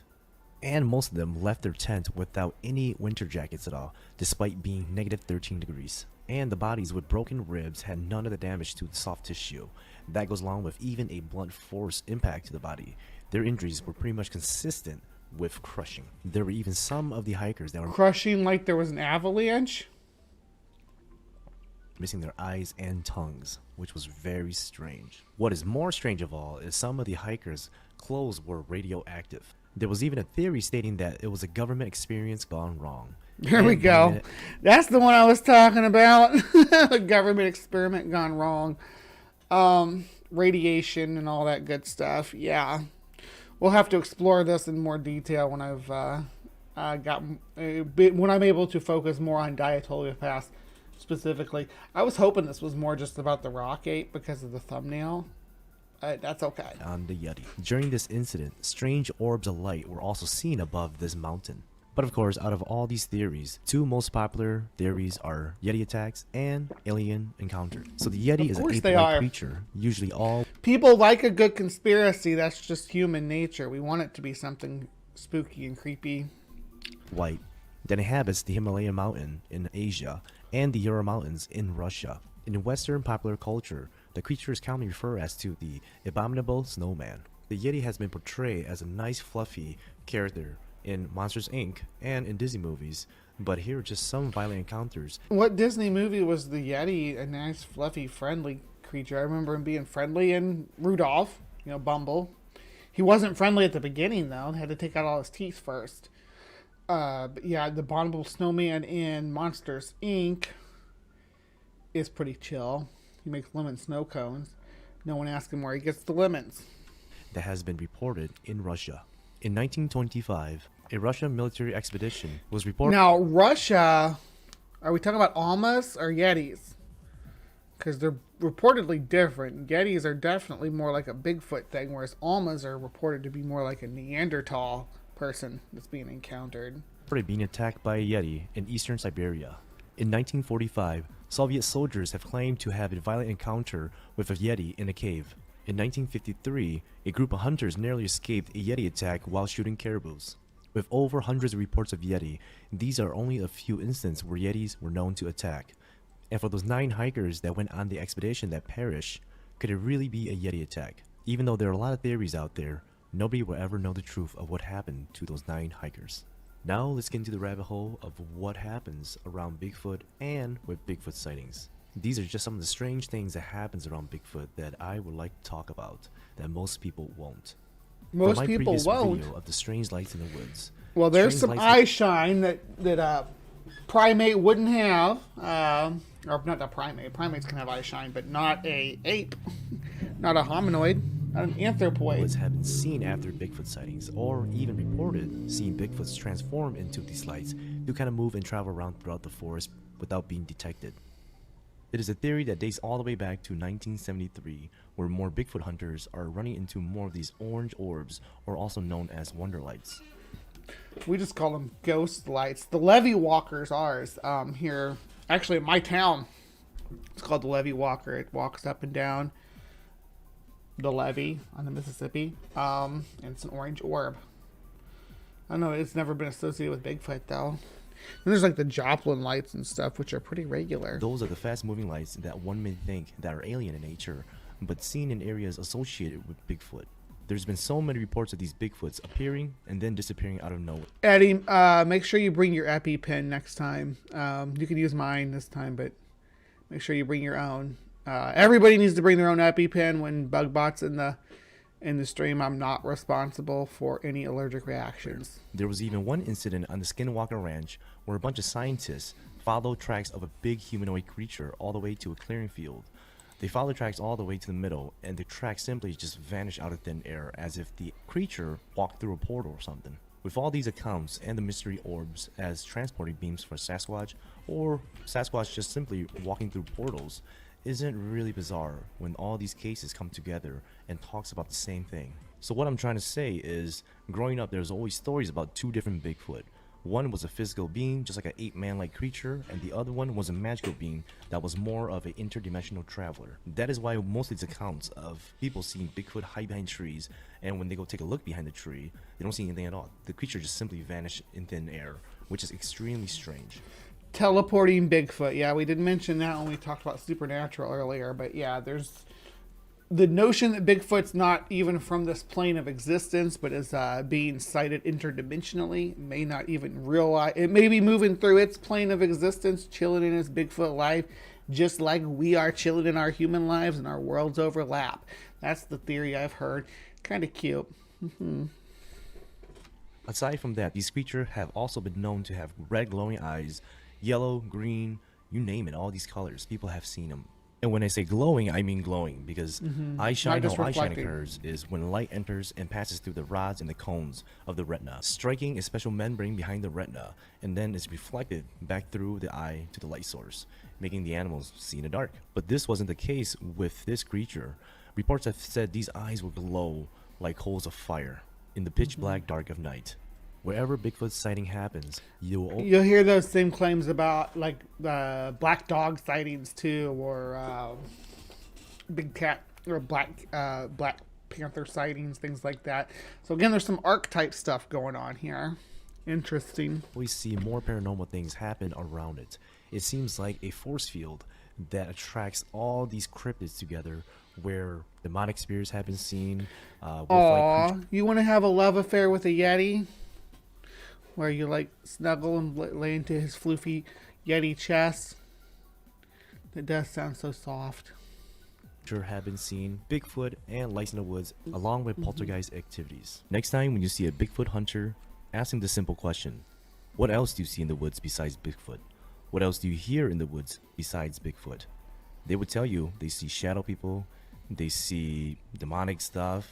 A lot of paranormal things happen when people go searching for Bigfoot. These are some of the things that Bigfooters do not like talking about. There's even been reports of what they call the Predator, which is a cloaking...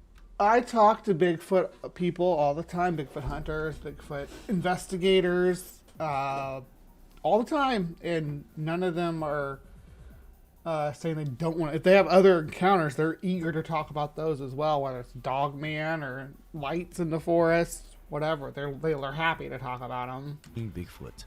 And when I say predator and cloaking, I really mean it. People have seen silhouettes of these huge giant creatures cloaking in the forest, where they could just make an outline of them while they're moving through the forest, but they could see right through them, transparent. There's even been Pareidolia. Oh, is this Mars? Are we going to talk about Mars? Talks of Bigfoots being aliens coming from spacecrafts, because most of these UFO sightings happens also where Bigfoots have been seen. One of the most famous research out there happens on Skinwalker Ranch. Skinwalker Ranch, also known as the Sherman Ranch, sits on 512 acres. Another place that we are well familiar with in the Hive, let me tell you, sir. But I like the wolf on Skinwalker Ranch. It's my favorite. Acres, located southeast of Ballard, Utah. This site has everything from paranormal, UFO, Bigfoot sightings, poltergeists, and the name Skinwalker Ranch, or Skinwalker, comes from the Navajo legends concerning that vengeful shamans curse the land to anybody who lives on it. It is a story straight out of a Hollywood movie where a billionaire buys a plot of land and hires some of the best scientists in the world to come study all these paranormal events that happens on Skinwalker Ranch. There's so much things that happen on this ranch. So are you plugging, is this another plug for the History Channel show about Skinwalker Ranch, because that's where all this hype was coming from. Skinwalker Ranch has been debunked, and now the History Channel or one of those maybe Travel Channel, I think it was History Channel though, they've actually bought Skinwalker Ranch through a subsidiary, and now they're trying to hype it up as a paranormal hotspot again. That I'm not going to get into, but the theory and the talks about Bigfoot walking through portals or simply vanish out of thin air when they're following their foot tracks all happens on this ranch that are well documented by scientists. There's a lot of Bigfooters out there that just wants Bigfoot to be this animal-like creature roaming through the woods, but don't want to acknowledge the strange things that happens around Bigfoot or the unexplainable disappearance of people. A lot of people want Bigfoot to be this hairy, nice creature that is shy and hides behind a tree. But I'll tell you one thing, most of the accounts... Goodbye, guys, and stay spooky. Oh, that was a weird edit. I think we had to cut something off. I don't know. Anyway, so that was our Bigfoot, man-eaters and killers, Sasquatch. So that's our cryptic corner topic for this morning. What do you guys think? Do you think that that these people were actually witnessing Bigfoot? Do you think Bigfoot actually attacked these Vietnam soldiers? We already talked about Port Locke before, Yeti attacks and whatnot. It's surprised we didn't get into Xana. Maybe we need to do a thing on Xana too. Touched on the missing 411 lore and folklore. So, yeah, let me know what you all think. Are Bigfoot out there attacking people, or stuff being blamed on Bigfoot? Is missing 411 a sham? Let me know your thoughts on that. For my Cryptic Corner crew, please remember to be kind, take care, and we'll see you next time. All right, so live from the Hive audience. You all know the drill. Don't go anywhere. We got more show to come. This is just the first segment. So don't go, because we're going to be talking about windmill cancer here in a second, and you don't want to miss that. What if you get windmill cancer? What are we going to do? You have to be prepared. So I will see you guys over in Sci-Fails in just a moment. Did the evolutionists just kill the pterodactyl? Or did they finally catch up to the creationists? Obviously, there's not going to be a ton of talk about these things. What are we going to do? And the thing is, I do believe there was talk about these things. So I will see you guys over. You know, the Confederates were able to shoot pterodactyls. You know, back in the Civil War. Did the evolutionists just kill the pterodactyl? Look it up online. Or did they finally catch up to the creationists? This is a historical fact. So, you know, they spread this thing out, and this got a huge weight when we studied this pterodactyl they got. So, of course, these things have been around.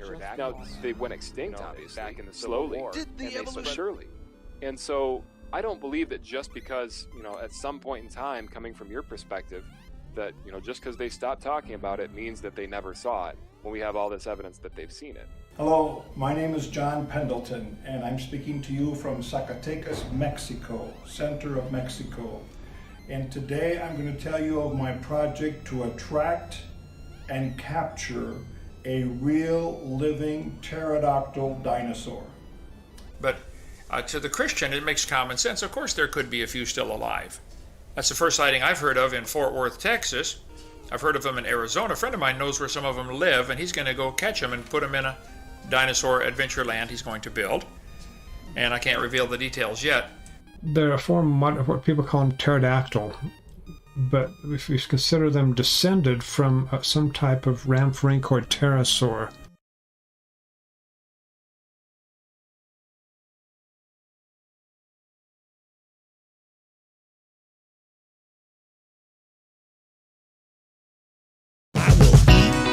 Leftist ass like corn on the cob. I'm ready. I will eat your ass. Your leftist ass like corn on the cob. I'm ready. I will eat you. I will eat your ass. My children aren't going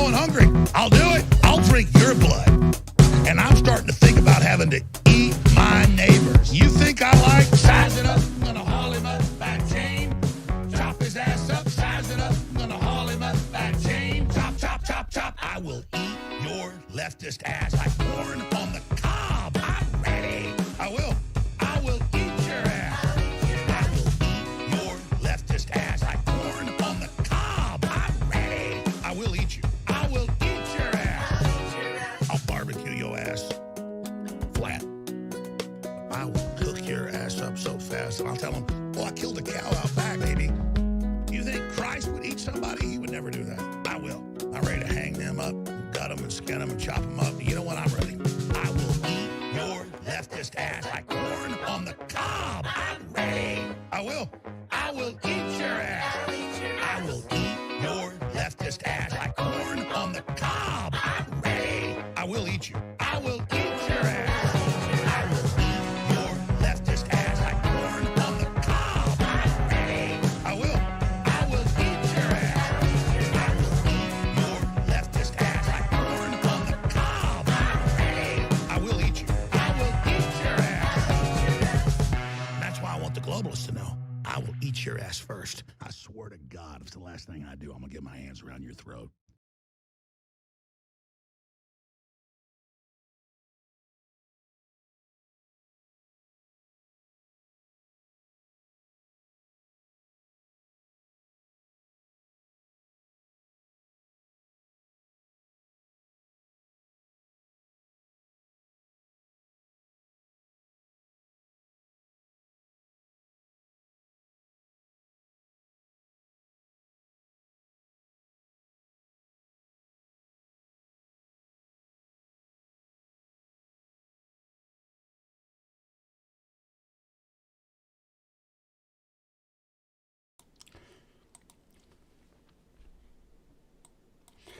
Hello, one and all, and welcome to Sci Fails, where we look at some people taking the advantage of the public square and the accessibility of putting their message out there to misrepresent and lie about science. So we got to come pick up the pieces. There's a reason why I put Mr. Alex Jones on today, because we are actually doing something Jones adjacent. And for Aunt Jer, who was asking, did Alex Jones really say that? Yes, all those are real sound bites of Alex Jones. It's just been cut together to make it sound musical. But yes, everything he said there, he really has said. Absolutely. He is very, very stable man. All right, so we're going to look at one of his babies, though. Something that he has brought to the forefront. I'd like to thank Beamsy for helping me research for this, because we are looking at wind turbine infrasound effects on humans and animals. And boy, oh boy, is this a shit show. So, it's not too long, but we're going to power through it on today's episode of Sci-Fail. So I hope that you are here for it. Let's go! And no, it's not muted. It's quiet here. There we go.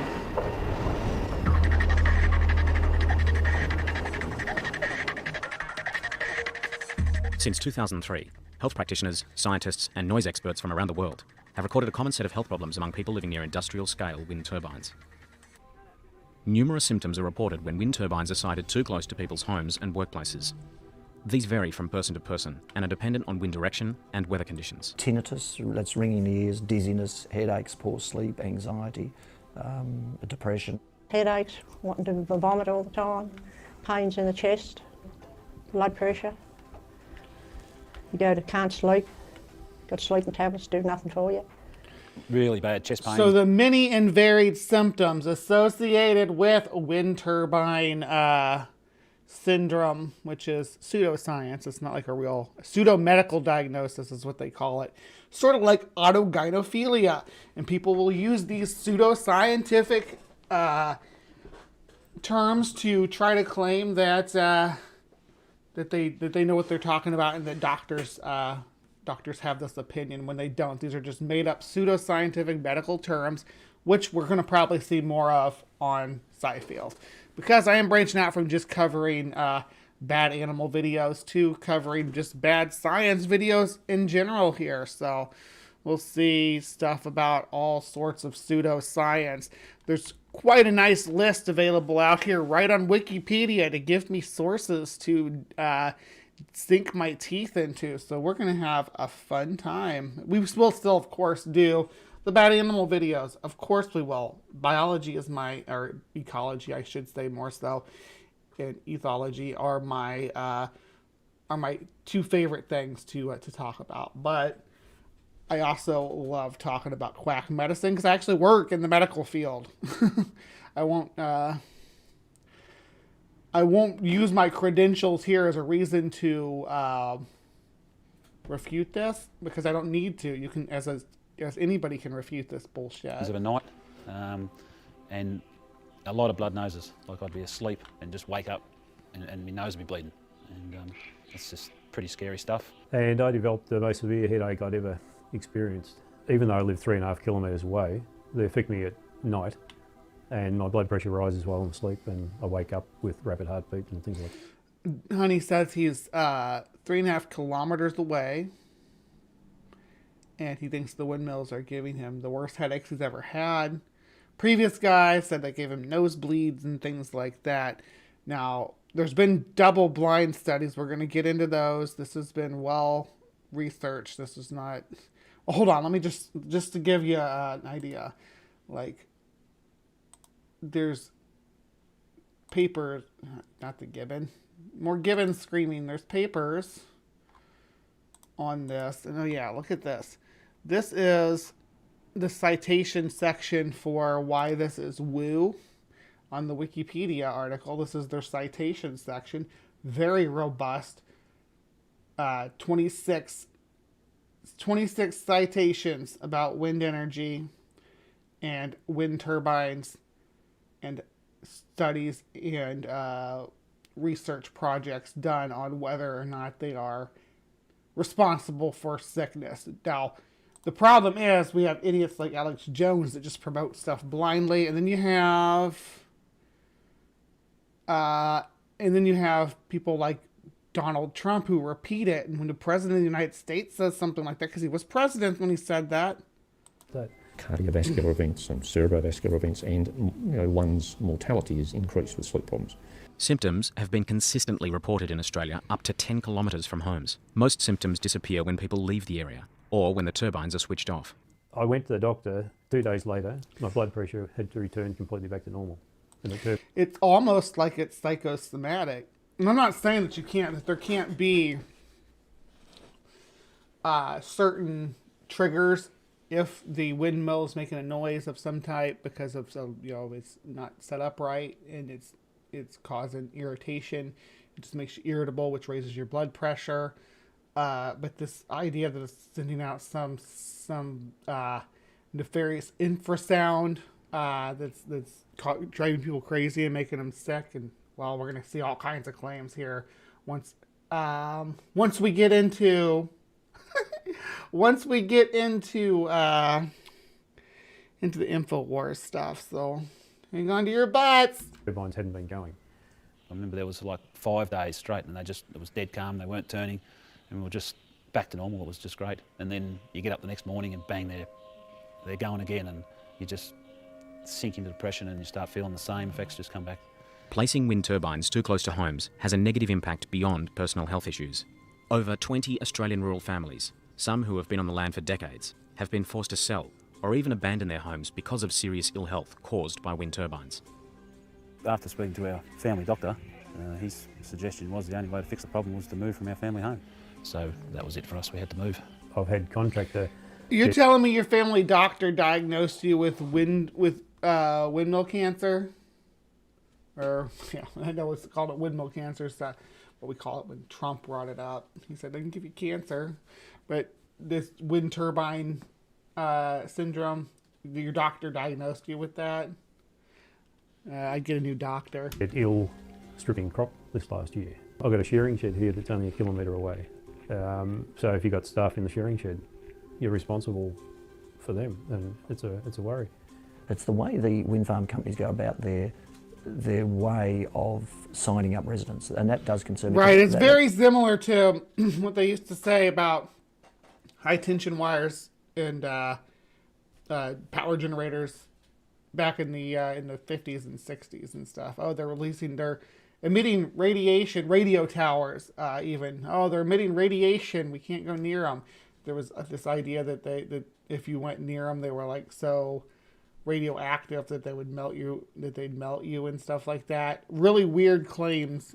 People still do that. 5G, remember when 5G, oh my gosh, it's going to melt your brain. Everybody was all about it. So, it's not surprising that they're the people who don't understand how radiation works, or that they're exposed to radiation every second of the day. Does divide small communities. One farmer would be given the information and signed up as a potential to have wind farms on their property, but they had to sign a confidentiality clause, which meant that they couldn't talk to their neighbours. Wind turbines emit both audible and inaudible noise and have various electromagnetic impacts. While there is some research on how sound and vibration energy affects humans... Various electromagnetic impacts. Can we get a citation on that? I mean, obviously you can have big metal arms spinning in the air 24 hours a day without some kind of electromagnetic interference, but I don't know if they're projecting like an electromagnetic frequency that's dangerous, or even has any biological impact on humans at all. We're surrounded by electromagnetic frequencies all the time. I saw, who was it in the Spooky said, yeah, this is bollocks, unlike Wi-Fi allergies. Yeah, but Wi-Fi allergies is a thing. The inaudible noises, there is, we're going to talk about infrasound. It's going to come up. There is very little research specifically examining the effects of wind turbines. We still have a lot to learn about exactly why they are making people sick. I think firstly it makes sense to site the wind turbines as far away as possible from where people live. And how far is far enough? I don't know the answer to that. I think we need to establish some research to try to get data to sort this out. And now, the issue is in the national spotlight, with the Australian Federal Senate inquiry making important recommendations in June 2011. This includes that the noise standards should include appropriate measures to calculate the impact of low frequency. I am not opposed to noise standards for any kind of energy production, right? There should be noise standards for... Yeah, inaudible noise is the infrasound. It's where it's below the frequency from which humans can hear, but our eardrums can still feel it. Our bodies can still feel it. We can have negative reactions to it. I actually have something set up for next week. We're going to go over more stuff on infrasound. We're going to talk about the big cat roar theory. So and it's going to be fun because we're pulling the MGM lion and everything in on it. So don't miss that for next Saturday, live from the Hive. Not this week, because this is this week. We're going to talk about infrasound as it's related to machinery. Noise and vibrations indoors at impacted dwellings. That further consideration be given to the development of policy on separation criteria between residences and wind farm facilities. And you probably, what I want to say is most of us, if we live within 5 miles of a highway, already experience regular waves of infrasound constantly, because different vehicles driving over highways with tunnels built underneath them, it's like a giant pipe organ of infrasounds. They found that certain areas, one that I like to focus on is the TNT area where Mothman sightings happen, that are known for their acoustic anomalies of causing uncomfortableness from infrasound, and infrasounds emitted just from driving through these there's all these concrete bunkers lined up. It's like a freaking flute, a flute of infrasound that causes people to be uncomfortable. We'll get into that next week. For right now, we're going to talk about this machinery. That the Commonwealth Government initiate as a matter of priority thorough, adequately resourced epidemiological and laboratory studies Despite the Senate inquiry, no action has yet been taken by the federal or state governments to properly implement these recommendations. And while nothing is being done, plans for even more developments across rural Australia are going ahead at... Now, this is Australia, of course, but there has been a lot of actual research done into this topic on a global scale. Again, I showed you all the robust research that goes into the determinations that they make before they put in a wind farm. I don't disagree that there should be some distance. Maybe I'm being pedantic, but I would define noise as sound that is audibly disruptive. Yeah, it's audibly disruptive, but not to humans, though. How do you parse that? Because like there's sounds like dogs can hear. Is it a sound to a dog, but not to it? It's not sound because we can't hear it, or it's not audible because I guess audible to humans. Inaudible noise means when you say inaudible noise, I guess you specify inaudible to humans, because there are animals that can hear infrasounds too. Again, as aforementioned, big cats and cattle and sheep. All these animals make and hear sounds outside of the human range of hearing, and that's going to become important too. At an exponential rate. This is not an issue confined to one resident, one town, or one country. It's a growing health issue on a global scale. As a matter of urgency, the problem must be seriously researched by independent experts following the federal Senate recommendations. And until research findings emerge, any new turbine placement should be at least 10 kilometres from homes. It's just simple, isn't it? Like they're obviously just not meant to be where people live, and in certain circumstances where people... Where do they get the 10-kilometer distance from, though? I wonder, out loud. What? He just cuts off in the mid-sentence. Like, that wasn't me. And in certain circumstances where people work, just not... At least 10 kilometres from homes. It's just simple, isn't it? Like they're obviously just not meant to be where people live, and in certain circumstances where people work. So it's so bizarre that like that's the second person I covered today who had like weird cutoffs in their video, like cutting people off mid-sentence or mid-word. He's saying that people work. Now we're going to move on to InfoWars, and we're going to be in Colorado. So a little closer to home for Bree. So we were just standing out here reporting when this man came out and stopped by to ask us why the wind turbines weren't turning, and he himself is a resident out here amongst the wind turbine array. So have you been affected at all by these wind turbines? My family has. They have made my wife very sick. She has trouble walking now. Her joints ache. We sold off our cattle. They weren't doing well. Our chickens stopped laying eggs, and we're planning on moving. We're being forced out. Is there anything? So his wife is very sick. His cattle aren't doing well, and his chickens stopped laying eggs. The power of the wind turbine is like exceptional here, right? I mean, what could you even compare that to? It's able to make people sick, and your cattle. I don't know what he means by cattle not doing well. I guess maybe they weren't putting on the weight, but there's gonna be a lot of claims like that. The range of effects that they attribute to the windmills is just totally astonishing. It's like, how are all these things allegedly from windmills or wind turbines? How did this wind turbine phobia even start? And the reason I keep saying windmill is because I keep wanting to call it windmill cancer, like when we talk about Donald Trump, but I'm trying to avoid this and avoid that and be professional. Imagine having to move from your property because Pops convinced himself the wind turbines are rotting his brain. Yeah, and again, I want to be clear that like I don't like. I'm not in favor of just eminent domain, just plowing people over and being like, oh yeah, we're gonna put this noisy thing right next to you because.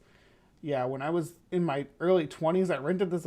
This is a silly story, but I rented this apartment, or it was a little house actually, more so. But anyway, it was only 2-bedroom. But the right across the street from our bedroom window was the town whistle, which blew at 7 a.m. and 7 p.m. every day. So. Wake up to that every morning at 7 a.m. It's wonderful. Right outside your window, it's supposed to be so loud it's heard across town. Anything else you want to say about, the wind turbines and things like that? We feel really bad that the county didn't look after the people that were here. Apparently they got bought off politically or something. All the objections that were brought forth, they just brushed aside. And we always felt there was a ulterior motive why they were here.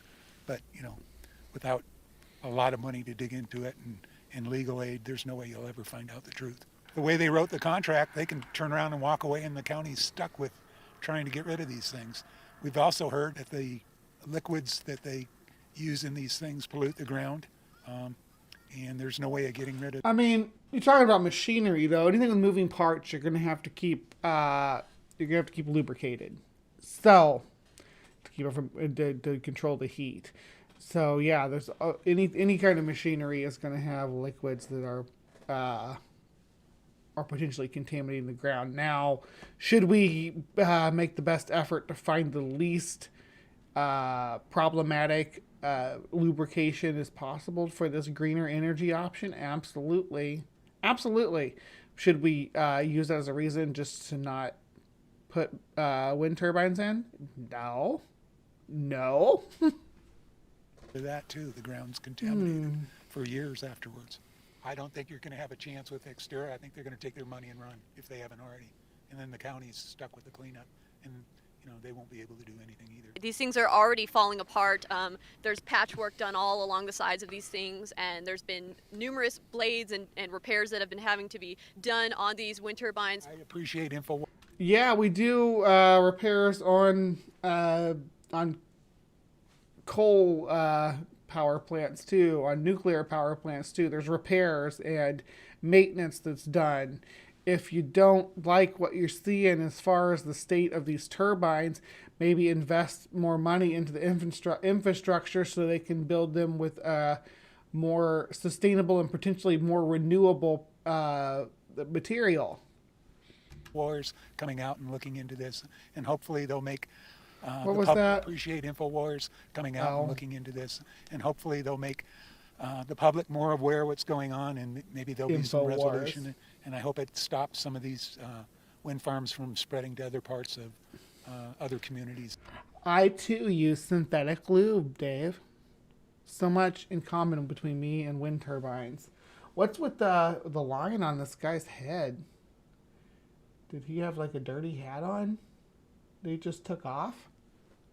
That'll affect the health of other people. Scratch on that. Thank you very much. I'm here with Joe Cobb and his son. They are both residents out here in Callahan, Colorado. So, Joe, how's it been living amongst the wind turbines? Torturous. Absolutely torturous. Torturous. It's just every day. It's just berated and beat on every day. You can't get away from it. And now that they're down, we don't know what to think. You guys do have livestock and animals. How have your animals been? I mean, I know you said that a lot of them have actually passed and you've had a lot of problems. Can you tell us about that? Yeah, we've lost 16 animals in the past 18 months since they turned these things on.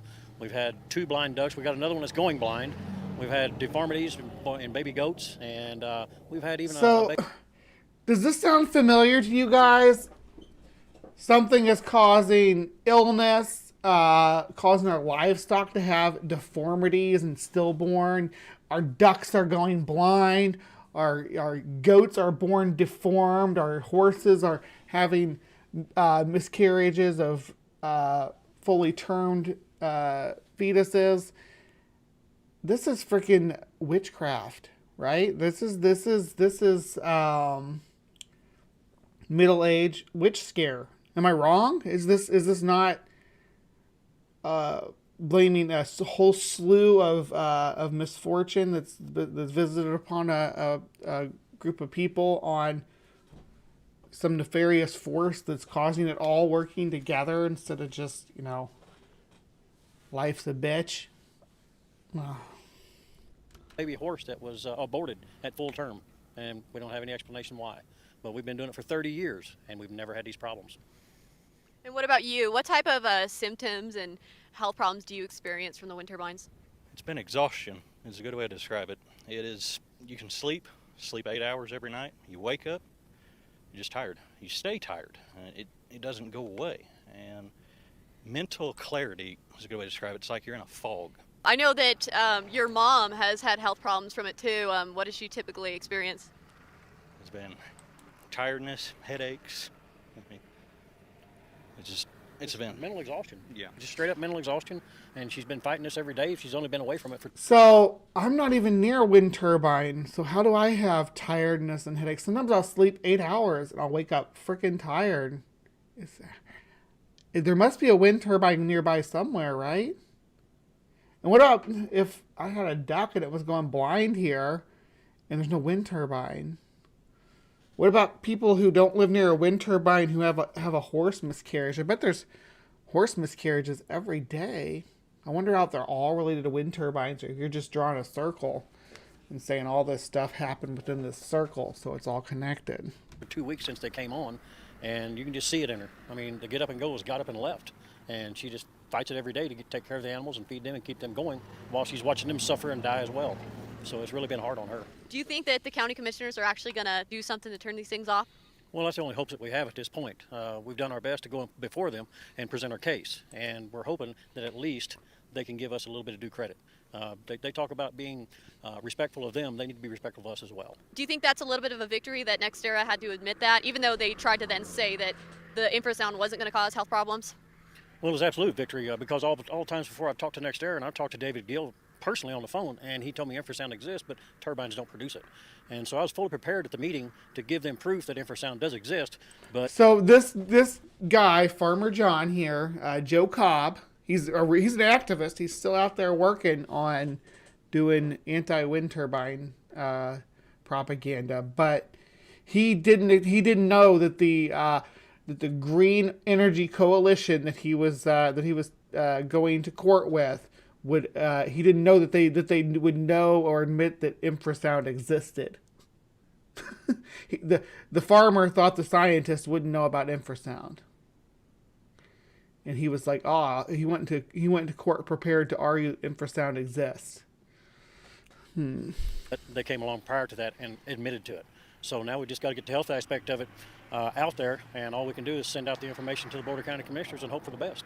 The wind turbine company only did admit that the wind turbines did create infrasound after residents out here, including myself, all kind of chipped in and paid for an acoustical engineer to put that needs a citation, my friend. You don't get to say an acoustical engineer proved it. Equipment out on various properties out here to test for infrasound, and it was once that acoustical engineer found the presence of infrasound and that data was given. And infrasound is produced by dozens of things in nature all the time. There's always infrasound going on in your environment. It's never completely quiet just because you can't hear all the full range of sound. There's distant rivers rumbling. There's again, we got highways here. It's hard. You can hear the highway behind you guys right now that's going to have infrasound, especially if there's, again, tunnels and spillways underneath it. The cattle that you're so worried about protecting produce a slew of infrasound. You can only hear a small range of what cows are talking about. Of course, they can only hear a small range of what we're talking about, too, so there's that. But there are so many factors that come into play that could produce infrasound from your acoustic research other than the windmills themselves. Over to the county, only then did NextEra admit to the infrasound being present on non-participating landowners' property. Again, just because the infrasound is present doesn't mean that it is from the wind turbines.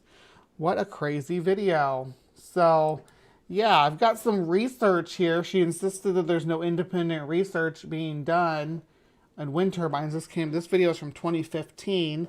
This research right here, Wind Turbine Health Impact Study Report of Independent Expert Panel, January 2012, prepared for Massachusetts Department of Environmental Protection, Massachusetts Department of Public Health.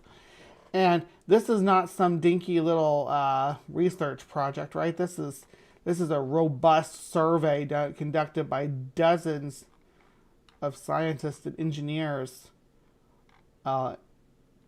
to ensure that these windmills would, or wind turbines would be installed with the least amount of environmental and public impact as possible. So if you want to see more of this study, I'm going to drop it into the side chat here, and I'll also put it into the description.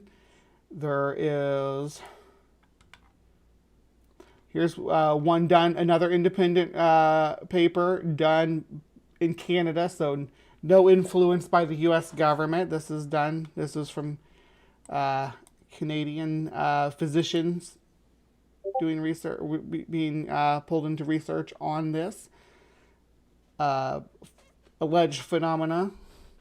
All right, so we got that. And these are all free and public for you, me, Alex Jones, and his reporters to read before they come on and say there's no research done. Another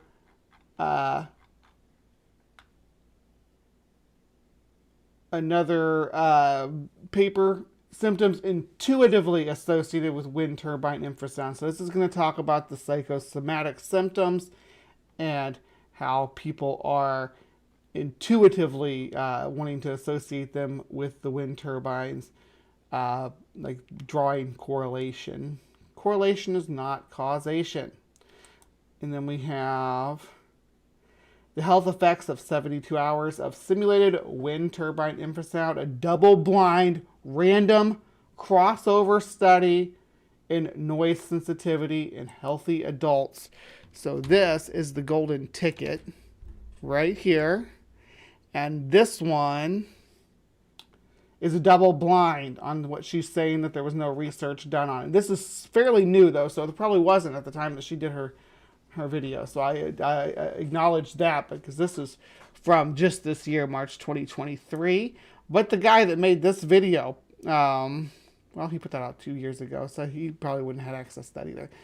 So I don't blame either of them for not knowing this about this double blind study, but you know, it's out there.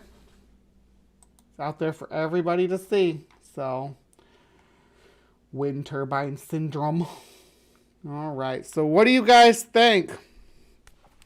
Do you like this format? Let me know. Do you like when I talk about some of this other bad science and woo-woo stuff that people put out on the internet without thoughts on who and how they could potentially hurt people? Let me know in the comments. I'm really enjoying doing some sci-fails with you guys, and yeah, appreciate you dropping in. Please remember to be kind. Take care, and we will see you next time. Okay, live from the Hive, people. Don't go anywhere. You all know the drill. We got more show to come. We actually got 2 more short segments to come, but the 2 long segments are over. But we are going to keep moving and trucking right along, because I'm excited to talk about dinosaur. It's time to talk about dinosaurs. So I will see you guys over in Hive Sci for some Paleo Peek.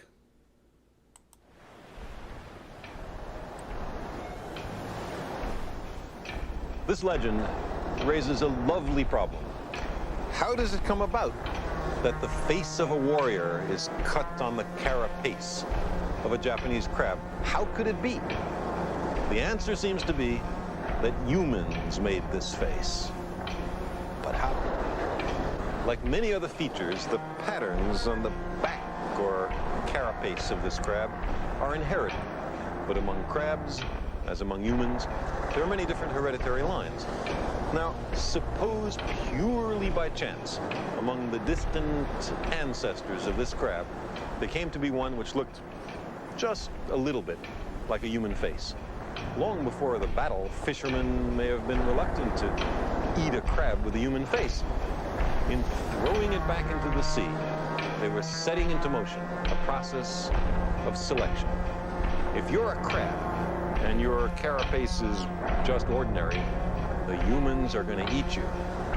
But if it looks a little bit like a face, they'll throw you back, and you'll be able to have lots of nice little baby crabs that all look just like you. As many generations passed of crabs and fisher folk alike, the crabs with patterns that look most like a samurai face preferentially survived. until eventually there was produced not just a human face, not just a Japanese face, but the face of a samurai warrior. All this has nothing to do with what the crabs might want. Selection is imposed from the outside. The more you look like a samurai, the better your chances of survival. Eventually, there are a lot of crabs that look like samurai warriors.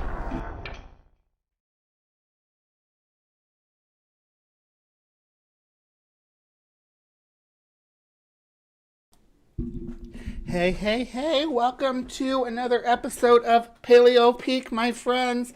I am so excited to have you guys here for this one because it is adorable. Adorable! You guys are not gonna, this is a really short Paleo Peak, but it's a really fun one. So I hope you're here for it because I'm about to show you new species, a new dinosaur species snoozing for 71 million years suggests they slept like burbs. Like little burbies. Look at him. Sorry, I squeal when I'm excited. Isn't it cute? Look at that little snoot. It's sleeping with his head under his wing, and it's got its long tail wrapped around it. It's got like stripes on its tail. So cute. Let's read. Let's read on. Around 71 million years ago, a small theropod dinosaur curled up to snooze one final time before becoming a part of the fossil record.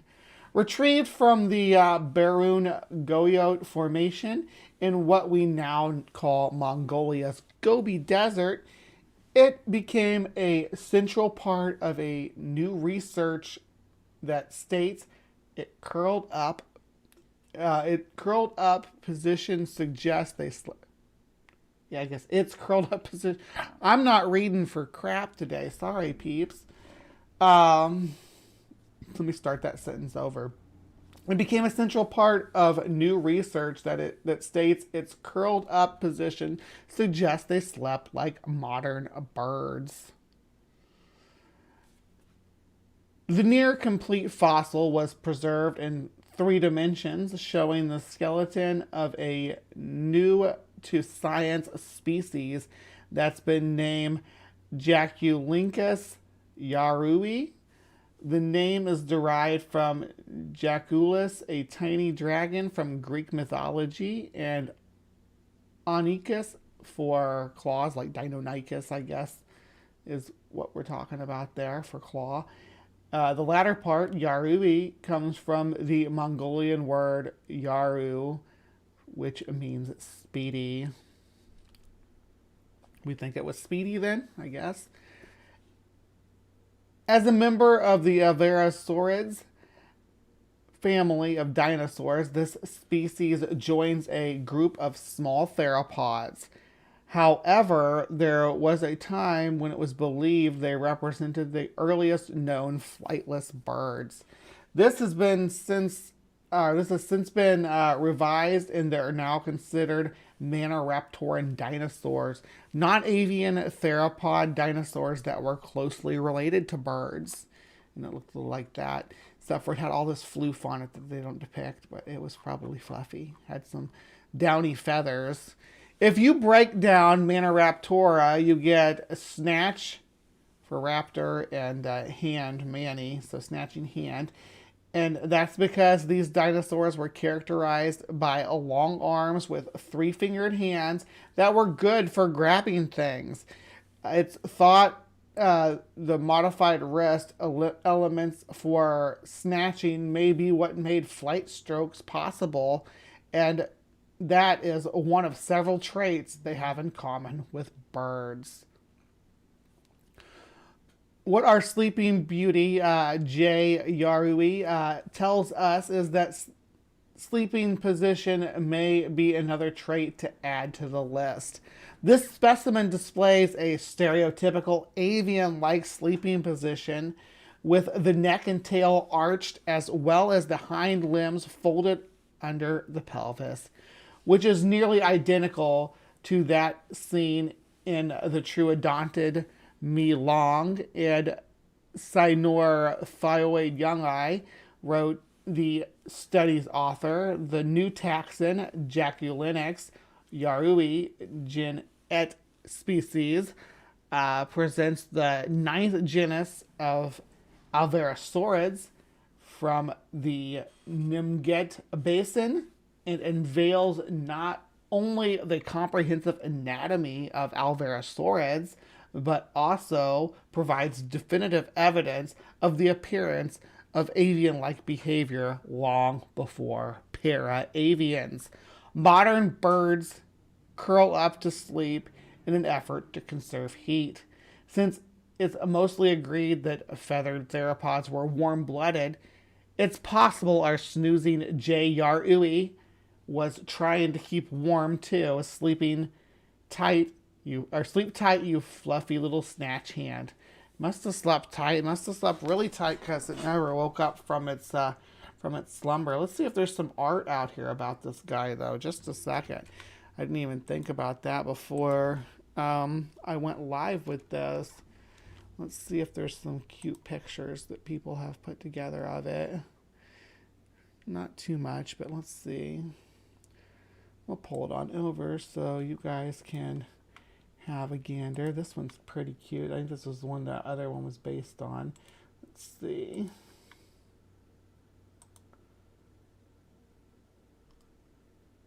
You gonna open? Maybe not. Open image in a new tab, maybe? If it won't open the... Yeah. Alright, moving on to the next one. Because that one came out tiny and blurry. So we're not going to worry about that. There we go. Here's a good copy of it. Look at that. And this is by whoever this person is. I can't see. I can't tell because it's in a different language. Can I translate this to English? Yeah. There we go. Who's the artist? I just want to know who the artist is. It's cute.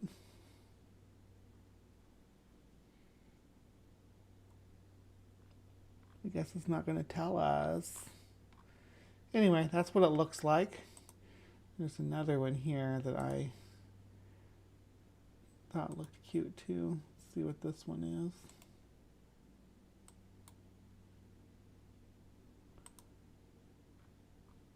Are we looking at the little guy?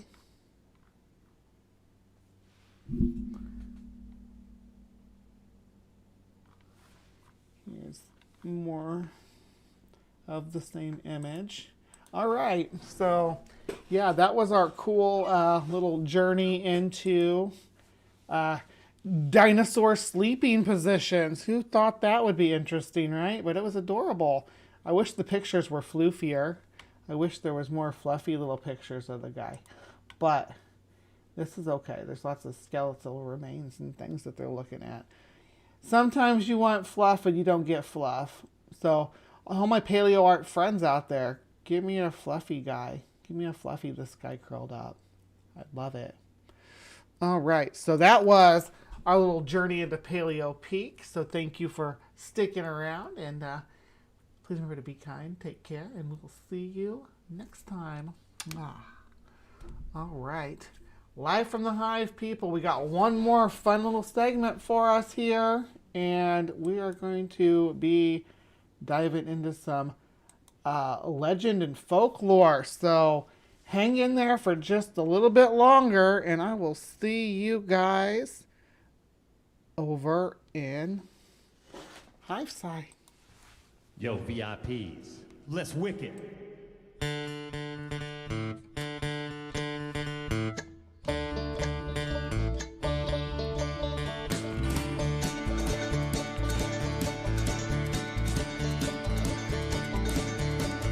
Alright, stop, collaborate and listen. Ice is back with my brand new invention. Something grabs a hold of me tightly, flow like a harpoon daily and nightly. Will it ever stop? Yo, don't know. Turn off the light.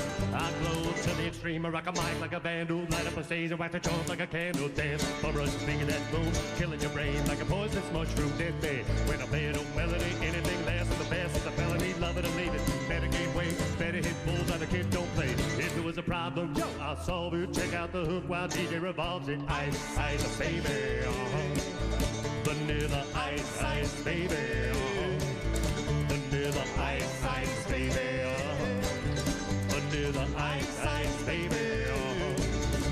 Well, now that the party is jumping with the bass kicked in and the Vegas are pumping, quick to the point, no faking, cooking MCs like a pound of bacon, burning them, we're not quick and nimble, go crazy when I hear a cymbal, a hot top with a souped up gimbal, on a roll, time to go solo, rolling in my 5.0, rack top down with my hair can blow, girl is on standby, waving just to say hi, did you stop? No, I just drove by, kept on, pursuing to the next stop, busting left, headed in the next block was dead, yo, I continue to A1A, Beachfront Avenue, girls were hot, wearing less than bikinis, rock man lovers, driving Lamborghinis, jealous, cause I'm out getting my shade with a gauge of vanilla with a 9, ready for the jumps on the wall, jumps at the deal, cause I'm full of 8-ball gunshots, ranged out like a bell, grab my 9, all I heard was shells falling on the concrete, real fast, guns in the car, stand on the gas, bumper to bumper, avenues packed, try to get away before the jackers jack, police on the scene, know what I mean, they passed me up in front and on the dope beat, if there was a problem, yo, I'll solve it, check out the hook while DJ revolves it, ice, ice, baby,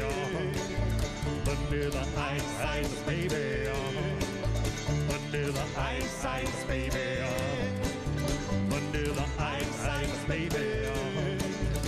Well, take it cause I'm a lyrical poet. Miami's on the scene in case you didn't know it. My town created all the bass sound enough to shake and kick holes in the ground. My style's like a chemical spill. Feasible rhymes, you can vision and feel. Conducted and formed is a hell of a concept. We make it hype. You wanna step with this? Shape plays on the fade, slice like a ninja cut, like a razor blade so fast. Other DJs say, damn, if a rhyme was a drug, I'd sell it by the gram. Keep a composure when it's time to get loose. Better dies by the mic while I kick my juice. If there was a problem, yo, I'll solve it. Check out the hook while DJ revolves it. Ice, ice, baby, vanilla ice, ice, baby, vanilla ice, ice, baby.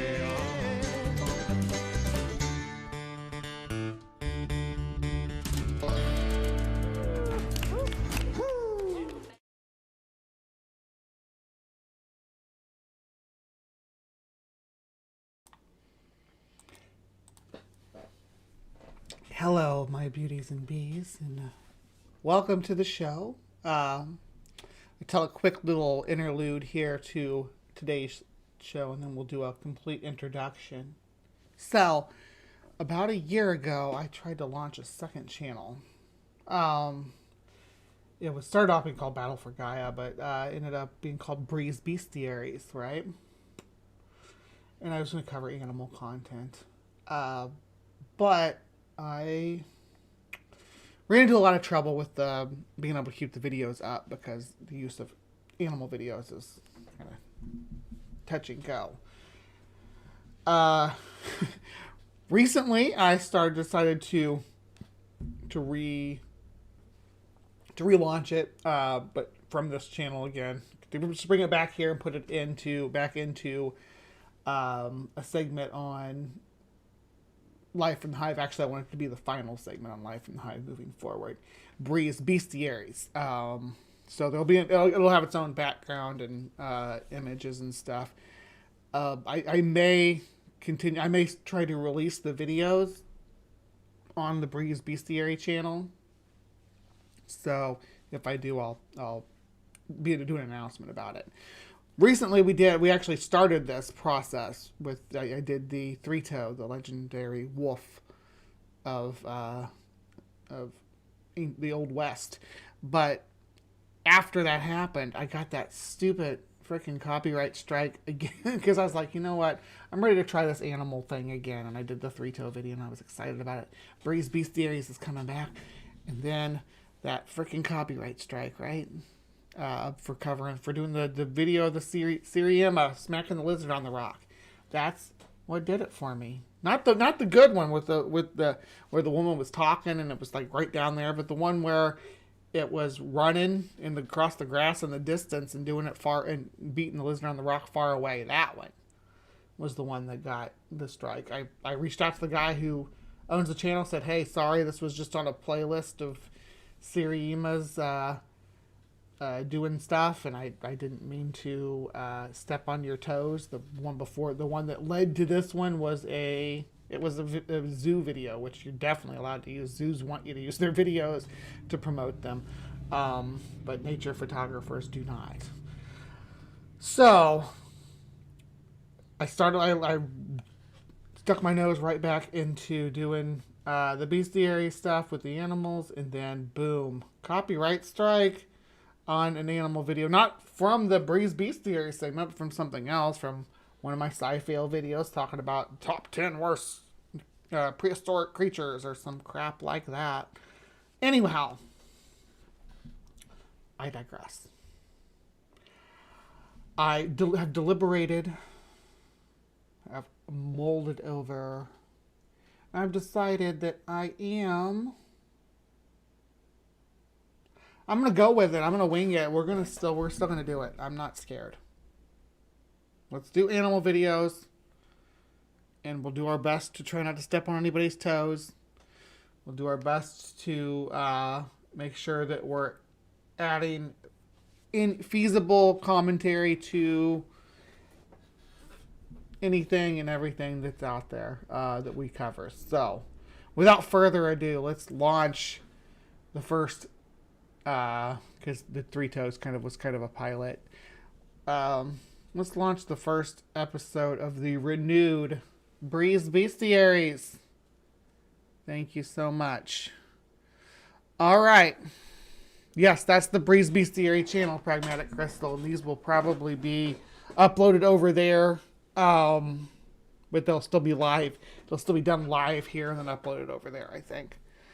I don't know if I'm going to upload them individually here, though. So keep that in mind, and they'll be sporadic. So at least once a month, I'm hoping we can find a topic to cover. But I might cover one every week for a while here because I've got so much backed up in my brain that I wanted to talk about. So what is Breeze Bestiaries? Well, we talk about the legends and myths surrounding an animal, an individual animal, a species, an extinct animal even, as long as there's misleading or misunderstood folklore or legends or wives' tales about them that we can sink our teeth into. Today's a special one for me because, as I keep mentioning, probably enough to annoy you guys to death, I grew up on the Mississippi, like in a river town. So the dam catfish folklore was pretty big around here. Every dam had the story. Oh, when the divers were putting the dam in and they had welders down there, they would see, when they'd strike their welding torches to weld, they'd see catfish the size of Volkswagens waiting in the darkness watching them. So they requested like shark cages and stuff. That's the legend. When they were working on the dams, now these projects, as you all probably know, the infrastructure of the river systems in the U.S. underwent a huge change right in the middle of the 20th century, from about the 1920s up into the 1970s. It was reworking the river systems from the Mississippi, from Minnesota to Louisiana was sculpted and dragged, and there were dams and locks put in and bridges built. And this wasn't just on the Mississippi, though. It was happening on the Missouri River, the Ohio, the Illinois, the Colorado. I think the Colorado is one of the few that got to keep some of its wilder elements. But there's just to say that there's these river systems in the United States that were tamed over the middle of the last century, is where this lore comes from. The lore of the giant catfish, as big as a Volkswagen, that could eat a man. So let's explore this legend. This is the one I wanted to start with. This one is. This is, do giant catfish really exist? Everybody's heard the tale of monster whiskerfish lurking in the deep. dark waters of southern lakes and rivers, we take a dive in search of the truth. Yeah, and that's when all these lakes went into. All these man-made lakes across North America. They all went in the same time period when they were putting all these dams in. So yeah, they're in lakes and rivers. All right. Yeah, the Mekong catfish is the biggest catfish in the world, and we'll talk about that as well.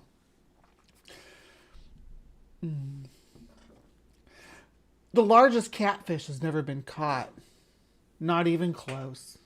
The true giants, the ones that grow as big as Volkswagen Beetles and can swallow a Jack Russell whole or even pull under a child, live at the bottom of reservoirs and dams. Far too deep and far too wise to ever be hooked. You can try to land one for sure. Go knock yourself out, but just know that you're wasting your time.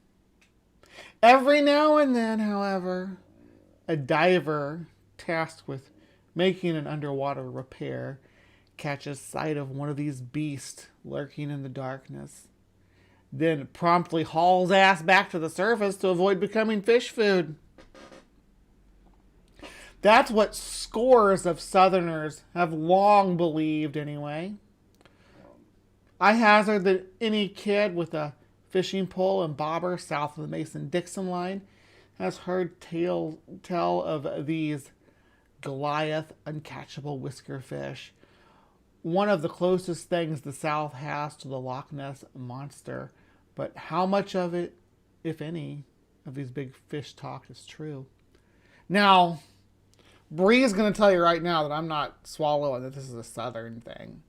So again, I grew up in the Mississippi. I grew up in Missouri, but I was in the more northern part of Missouri. But the whole state of Missouri is Southern. I'm not going to pretend it's like, oh no, there's northern Missouri and southern. No, southern Missouri is Missouri. The only culture that's different is around St. Louis and maybe Kansas City. The whole rest of the state is Southern as hell. But the lore goes all the way up the Ohio River. Have a good one, Maya. Love ya. All the way up the Ohio River, Illinois River, into the Great Lakes, up the Missouri River, into the rivers in the Southwest. I don't know about the Rio Grande, but I know the Colorado River has some giant fishtails. Anyway, continuing on. Because putting in the electric dams and stuff is part of the folklore. Let's see. According to the Guinness Book of Records, a 9-foot-long individual caught in northern Thailand in 2005 weighed an astounding 646 pounds. Mekong catfish. They are so huge, so monstrous of a fish, it's not even funny. Billy Mitchell is a diver with River Service Company in Greenville, Mississippi. He has spent the past 15 years salvaging submerged barges and working on dams and waterways, construction sites from the Gulf of Mexico all the way up to St. Paul, Minnesota. He's no doubt familiar with the legend where someone sees us with one of our diving shirts on. He says, the first question we hear is, have you ever seen the giant catfish the size of Volkswagen Beetles? He estimates that he gets asked upwards of 30 times a year about the fish. And he's convinced that people, for one reason or another, enjoy believing, perhaps subconsciously, that monster catfish lurk somewhere at the bottom of lakes and rivers. A fascination with the fear of big cats, big cats like, wow, says, as Mitchell regularly witnesses, is nothing new, nor is it exclusive to the United States. From about 1600 to 1870, the Japanese, for example, believed in an orca-sized mythical whisker fish named Namazu, who controlled flooding and rainfall. In 1855, when a 7.0 magnitude earthquake rocked the city that would later become Tokyo, claiming 8,000 lives. Locals believed that Namazu wrought the devastation, a punishment for their wrongdoing. Stateside, tales of giant catfish date back to at least the end of the 19th century. In Mark Twain's 1883 memoir, Life on the Mississippi, he writes of having seen 6-foot, 250-pound catfish in the river, which, if true, would dwarf the standing North American record of 143-pound blue cat caught in Kerr Lake on the Virginia-North Carolina border in 2011. Rumors of the giant cats grew more colorful over time. In May 1902, Kentucky's The Hickman Courier published a front-page story about a farmer's near-death fight with a monster catfish that had become stuck in the shallows of a creek. For reasons not made entirely clear, the farmer thought it prudent to hurl himself atop the floundering catfish, which then proceeded to impale him with one of its spiked fins and pull him into deeper water, where he nearly drowned. Holy shit, would you do that? Would you jump on a giant catfish if you found one, like swimming in the water? Would you just jump on top of it? Moreover, a widely passed over photo of a catfish in the neighborhood of 800 pounds, purportedly taken in 1914 in Hardin County, Tennessee, further propagates the belief in huge cats. According to Snopes, the photo later proved fake. Let's go look. What's the photo look like? I'm not gonna use Snopes as a, what is it, like a photo not found situation here. Yeah, they call it like the sewer gators. Ironically, we just covered sewer gators. We covered that in CryptoCorner though. Maybe it would have been a better fit for this show. However, I'm not entirely convinced that sewer gators were anything more than a cryptid, really, because they weren't actually breeding in the sewers. People dump them in there. I guess we don't have a picture. I want this picture. Let's find it. Let's see. 1914, Hardin County, Tennessee. Mama's gonna look this up. Live on air with the Hive. So if you want to be part of the investigative team with me and help me look into these things live on air, come join us every Saturday morning. We do all kinds of neat investigations. Is this going to be it? Show me a picture. Just want a picture. Ooh, here we go.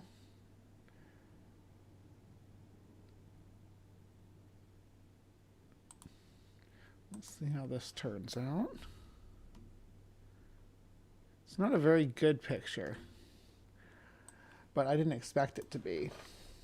So, if you all can't see it very well, I'm going to zoom in as much as I can on it without, I guess, more distorted, of course, but there's some writing at the top here. But here's the fish. Here's the bottom lips, the tip of, when you measure a catfish, you measure from the tip of the bottom lip to the bottom of the tail. That's how you measure a catfish properly. That's why when you go to a place where there's fishing, there's those measuring things on the table, so you can lay your fish right on top of there and measure it. But we got a little dude here. And to say that this is 800 pounds, I don't believe. But we're going to look at some videos here in a minute. Catfish that are pretty damn close to this size. All right.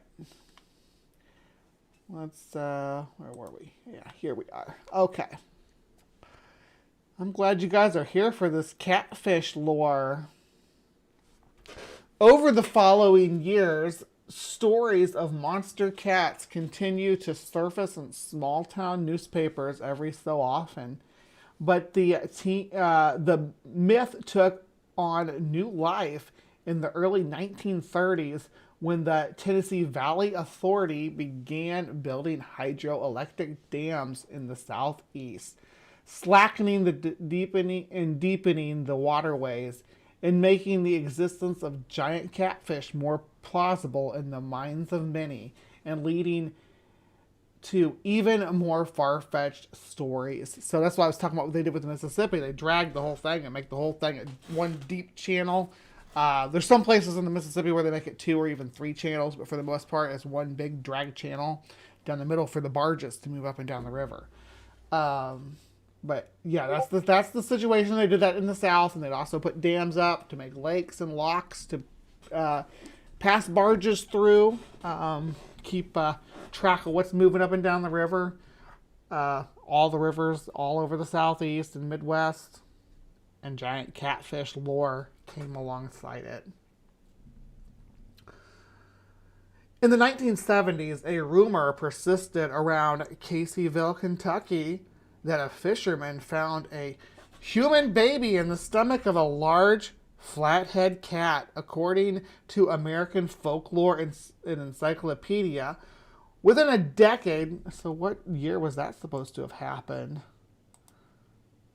That's giving me a, uh-oh, not going to go there. Suspicious. Yeah, I'm not doing that. Thank you, McAfee. We'll see if we can find other information on that some other time. Maybe. What I'll do is I'll see if I can find that article, and when I publish this on Breeze Bestiary, you will be able to view it. I'll put the article, pull the article up, okay, so you can see it. We'll see if we can't get a date on the legend. Within a decade of the supposed incident, giant cats had become bona fide tabloid fodder. Here we go. In 1985, the Weekly World News, a weekly rag of mostly fabricated stories and proto-fake news, ran the sensational headline, "Catfish attacks a water skier." The story details how an 11-year-old boy endured a vicious attack with bite marks up to his knee to prove it. As much as I want to believe these stories, or at least parts of them, I found in my research no evidence to suggest that there's anything but fabrication, and there's no contingency of scientists out there looking to prove the existence of monster cats either. Like any good tall tale, these stories contain a shade of truth, making them seem at least vaguely plausible, a possible explanation for their longevity and wide distribution. To wit, there are indeed monster catfish, the whales, that can grow as large as 300 pounds, but they're native to Europe and not North America, and they're mean as hell, too. The whales catfish. Mitchell, based on the untold number of hours he spent underwater, said that he'd struggled to believe any reports of a catfish the size of a whale in the U.S., much less one weighing as much as a car. He often dives 120 feet deep and has spotted 60 to 70 pound catfish. On at least one occasion, he pulled a 90 pounder out of a submerged barge. But he has encountered no fish even comparable to a Volkswagen. He considered giant catfish purely myth. It's one of those deals where somebody said they saw something years and years ago, and he says, and somehow people still believe it. Sometimes, though, he'll get tired of people asking him over and over about the gargantuan cats, so he'll have a little fun and tell him, yes, that he has seen vehicle-sized cats way down in the depths. In this way, he's helping the giant catfish live on, not in the water, but in the imagination, where the creature truly thrives and multiplies. It's amazing what people will believe, he says. And speaking of Wells catfish, that's why I wanted to read that one first, because this guy is actually a diver who photographs and has seen some Wells catfish. Here we go. Here's a quote. Some diver working in a dam in Toledo Bend saw some catfish so big they swore they would never go back down there. I heard that story so many years ago in elementary school and wondered if such a humongous catfish might exist. Then I kept hearing the story as it changed to Sam Rayburn living in Livingston and even Dam B. At that point, I began to think it was a tall tale. I guess it had some natural journalistic skepticism even as a youngster. So when I heard it, it was Cannon Dam, which is the dam closest to here. So I grew up with the same story in my local folklore, but it was the local dam. It was the local dam right here on the Mississippi closest to me. So irony, right? Everybody has some lore. Let me pop back out to the side chat here and catch up with everybody before I move on. I'd ride that catfish like a surfboard, says Spooky. We're going to see some big catfish in a minute, so stick around. Wells catfish get huge. They really do. Wells catfish are aggressive. They'll actually bite people. I have been fishing in Toledo Bend, says Pragmatic Crystal. Oh, I would love to go fishing in Toledo Bend. I'm not a big fisherman. I do like a man who fishes. Is that weird? I don't want to fish. I want to watch my man fish. And I want him to bring me fish to eat. That's what I want.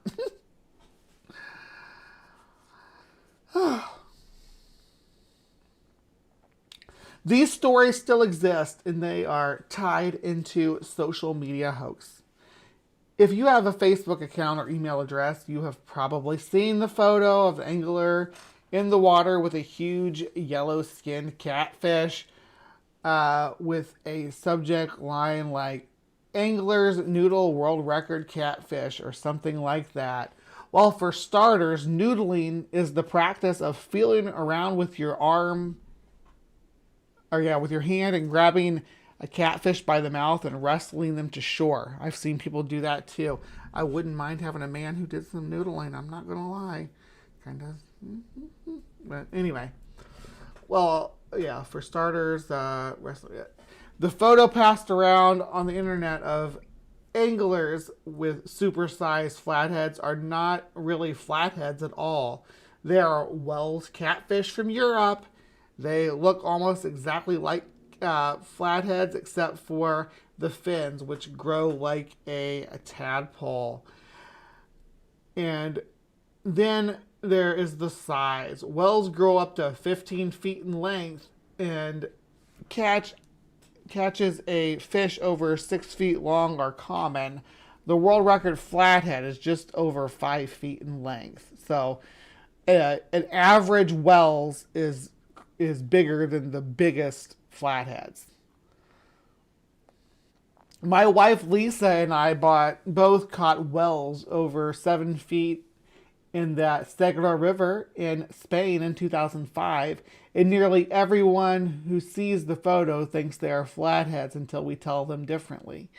Interestingly, the guide on our trip told us the divers that the river work on the inspection dam in a shark cage.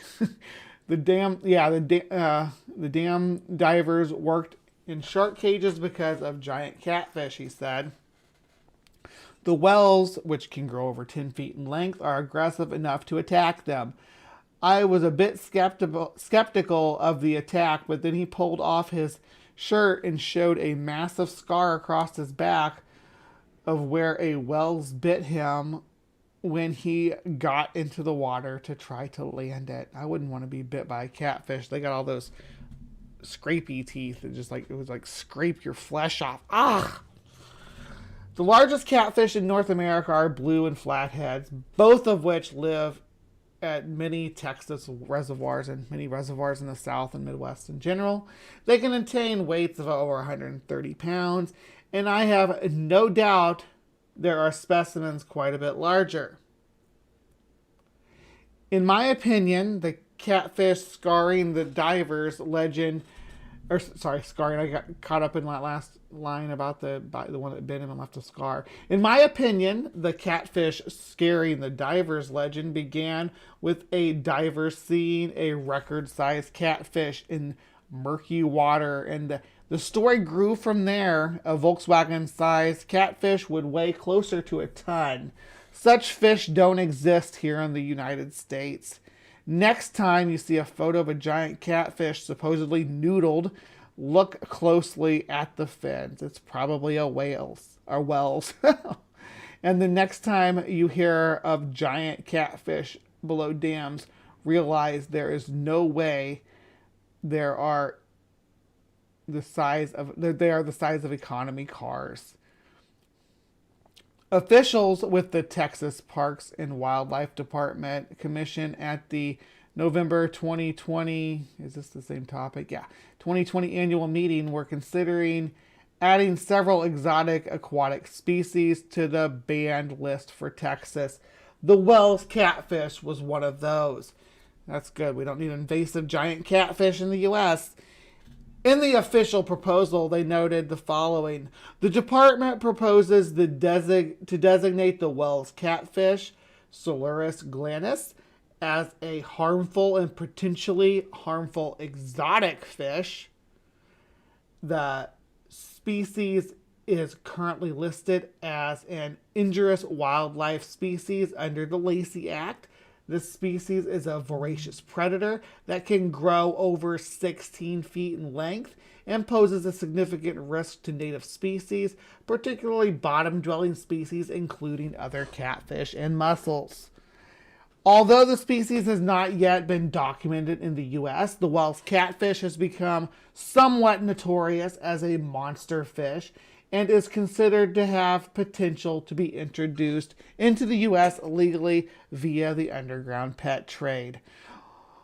While changes regarding tilapia and grass carp permits were made, it seems as if the Wells was not officially banned in Texas. It's doubtful they show up, but if they ever do, then I might believe stories of scared divers around dams.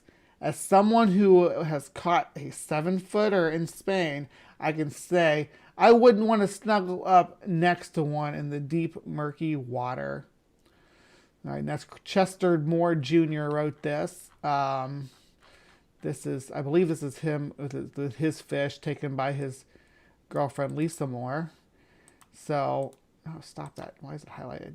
So that's a pretty big catfish. That's his Wells catfish. That's a 7-foot Wells catfish. Monster fish. But let's look at some. First of all, let's look back at this picture. So don't forget this image here. And then we are going to, I want to watch this real quick, okay? I'm going to mute it because I don't know if they're going to make a big fuss about it or not. But here's our giant catfish. Upward facing mouth. The fin here does look like a flathead. Our homeboy's going to swim around here. And so let us see more of the fish. But the important thing I want to take away from this, look at that big giant head, is how small the mouth is too. Even at that size, it could bite you. If it got your hand or your foot, you might have trouble getting it back. But it doesn't seem like, and there's the tip of the tail. It doesn't seem like it would be, that it would be able to, maybe it opens its mouth huge and I'm just underestimating it. It does never open its mouth here, but it looks like maybe you could get your arm in there if it opened its mouth. Maybe. Where was this taken? Oh good, there's details. This video was created during a dive in January. The water temperature was 4 degrees Celsius and the surface of the water was ice capped. The home of the catfish was a sunken pedalo. But where is this? Maybe that was a Wells catfish. It's pretty big though. Let's see if, here, we can do this. Find Wells. Yep, huge Wells catfish. Okay. There's evidence of Wells catfish in France that eat birds. So the Wells catfish is massive. This is the big guy. I guess they're saying these fins are like tadpole fins, but I didn't see that. Like, I don't see that. Looks like a rayfin fish fin to me. I'd like to know more details about the difference between a flathead and a Wells. Mekong catfish are pretty distinct though. There's another one right here.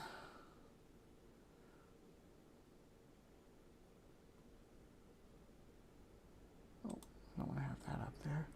This is the catfish the size of a car at the dam, and your uncle heard about from his neighbor's friend's cousins who's a diver. This one is huge though. Let's look. It's a short video, but it's...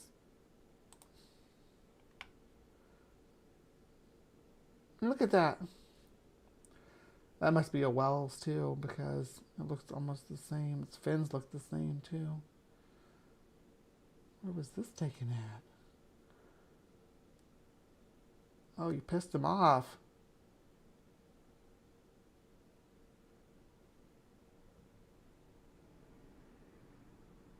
Finally got sick of your crap and swam away. He didn't want to be in the selfie with you.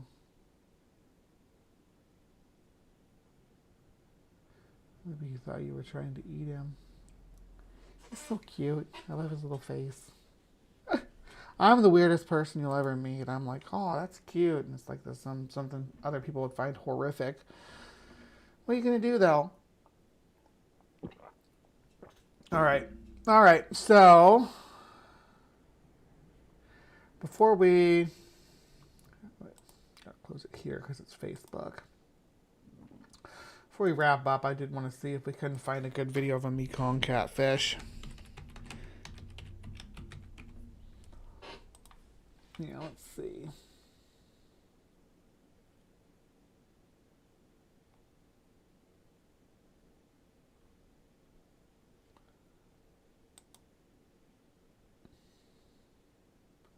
I don't know what they're playing here as far as sound goes, but where's the catfish? I'm doing river monsters, I guess. I just want to see the fish. I don't actually care about your adventures to find the fish. Is there anybody out there who has just the...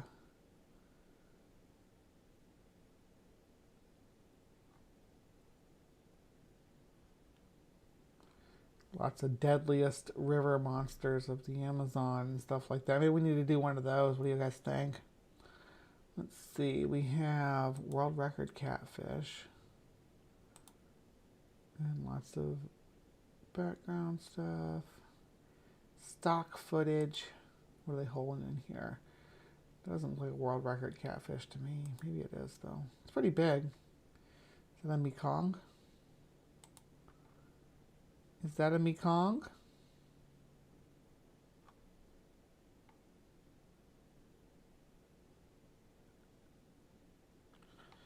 Doesn't say.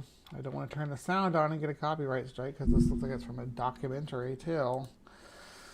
YouTube makes my job so hard with their... I get what they're doing. Don't get me wrong, but let's see. This is just a short, so maybe I can. The fish in this video is the giant Mekong catfish, and this gentle giant feeds primarily on algae and other plants. Very Its distinct largest looking, ever though. was a 9-foot specimen caught in Indonesia, and it weighed a whopping 646 pounds. Because of their insane size, their only predator is us humans, but that hasn't stopped us from almost fishing them into extinction. It's thought that right now there's only a few hundred to maybe 1,000 specimens in the wild, and so it's very possible that the biggest specimens have never been caught or seen. There's some conservation efforts going on in aquariums to breed them, and hopefully they will be successful in keeping this gentle giant alive. So if you ever manage to catch this legendary monster, make sure you release it afterwards. Wow, it's big. That's nice. They definitely look more like they're more streamlined, like they'd be faster and live in a different environment than you see the catfish, the wells, and the flathead and the blue cat that we were looking at before, which are sort of bottom dwellers. This guy looks more streamlined, and when they were showing when they were showing the videos of it, the parts of it swimming through the aquarium and stuff here, it's swimming up in the water column higher than what you expect from like a flathead catfish and things like that. And let me catch up on my chat here while this is playing. Where are we going? Last thing I read was a bit about Pragmatic going to Toledo Bend. So Spooky says we call noodling tickling in the UK. Do you noodle for Wells catfish? LOL, that's a messy fishing method. Yeah. Get bit and let it bite your hand.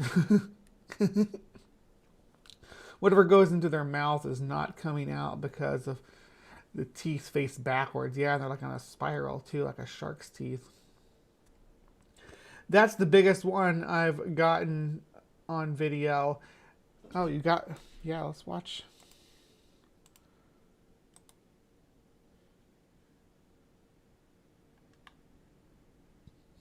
I'm going to turn the sound on.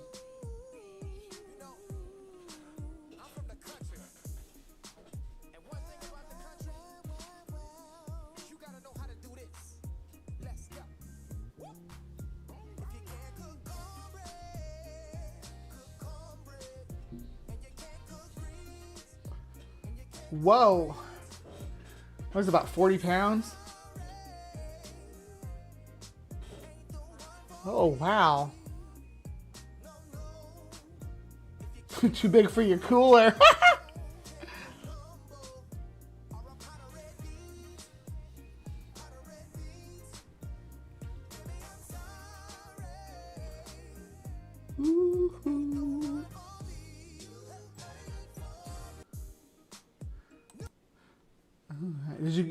Did you weigh it?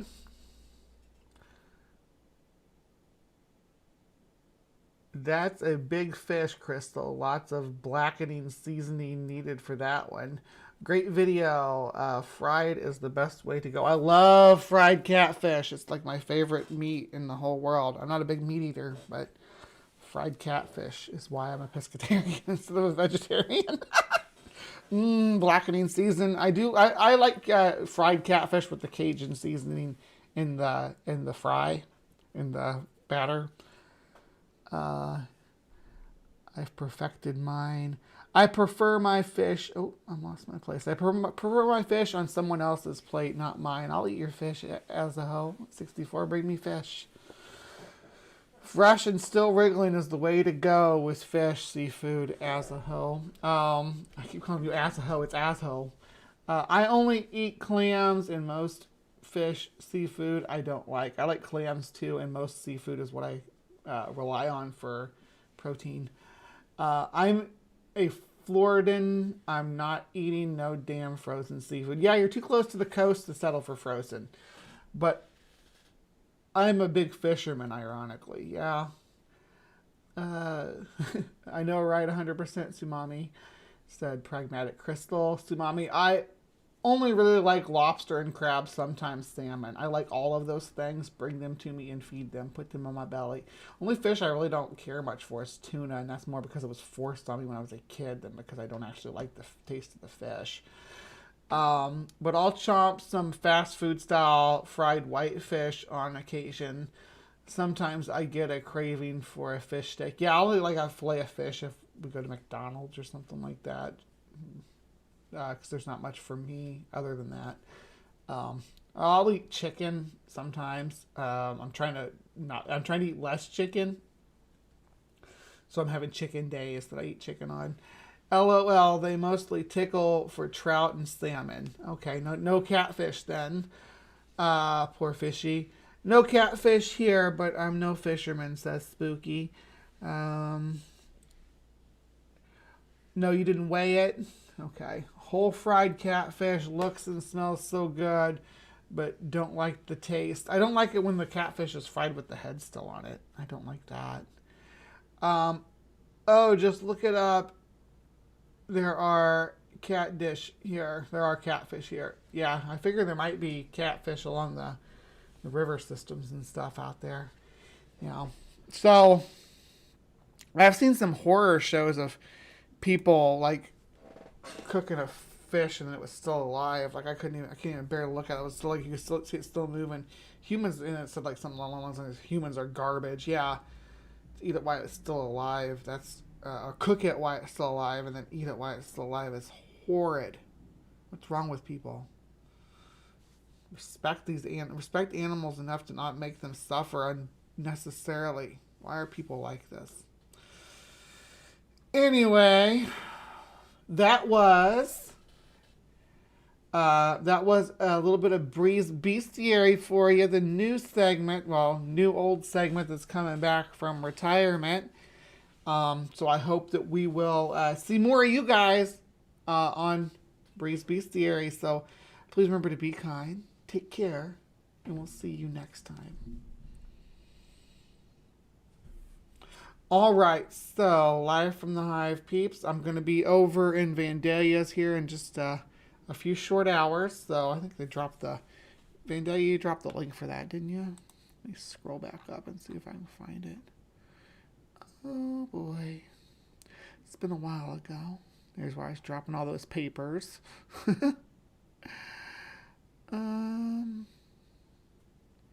Where did it go? People retracting stuff.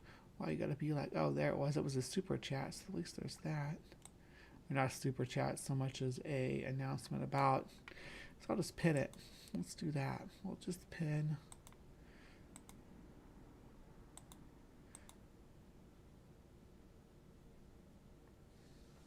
Does it not let you pin other people's posts?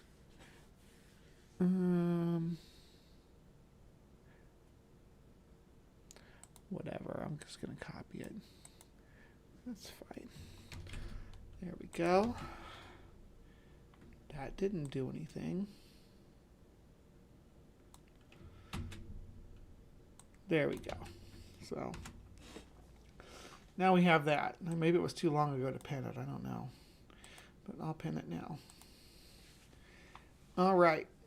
So, go there. Click the bell notification.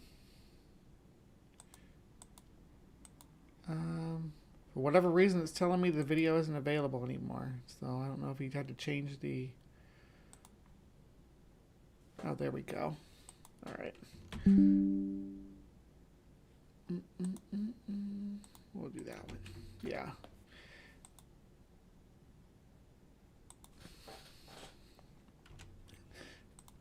Thank you, Pragmatic Crystal. I think that was just the wrong link. But yeah, it should look something like this. Yep, just go there, and when you get there, hit this little bell. I'll see you guys in 4 hours. Okay? Show Vandalia some love. They do enjoy putting people together, and Ness is a brilliant individual, so We're going to have fun. I'm using the same resources I used to help Aaron with his spider video. So, yay. Okay, so please remember to be kind, take care, and I will see you next time. Help, the human's about to escape. Get your paws off me, you dirty ape! He can talk. He can talk, he can talk, he can talk, he can talk, he can talk, he can talk! I can sing! Ooh, help me, Dr. Zaius. Dr. Zaius, Dr. Zaius. Dr. Zaius, Dr. Zaius. Dr. Zaius, Dr. Zaius. Oh, Dr. Zaius. Dr. Zaius, Dr. Zaius. What's wrong with me? I think you're crazy. Want a second opinion? You're also lazy. Dr. Zaius, Dr. Zaius. Dr. Zaius, Dr. Zaius. Dr. Zaius, Dr. Zaius. Oh, Dr. Zaius. Dr. Zaius, Dr. Zaius. Can I play the piano anymore? Of course you can. Well, I couldn't before.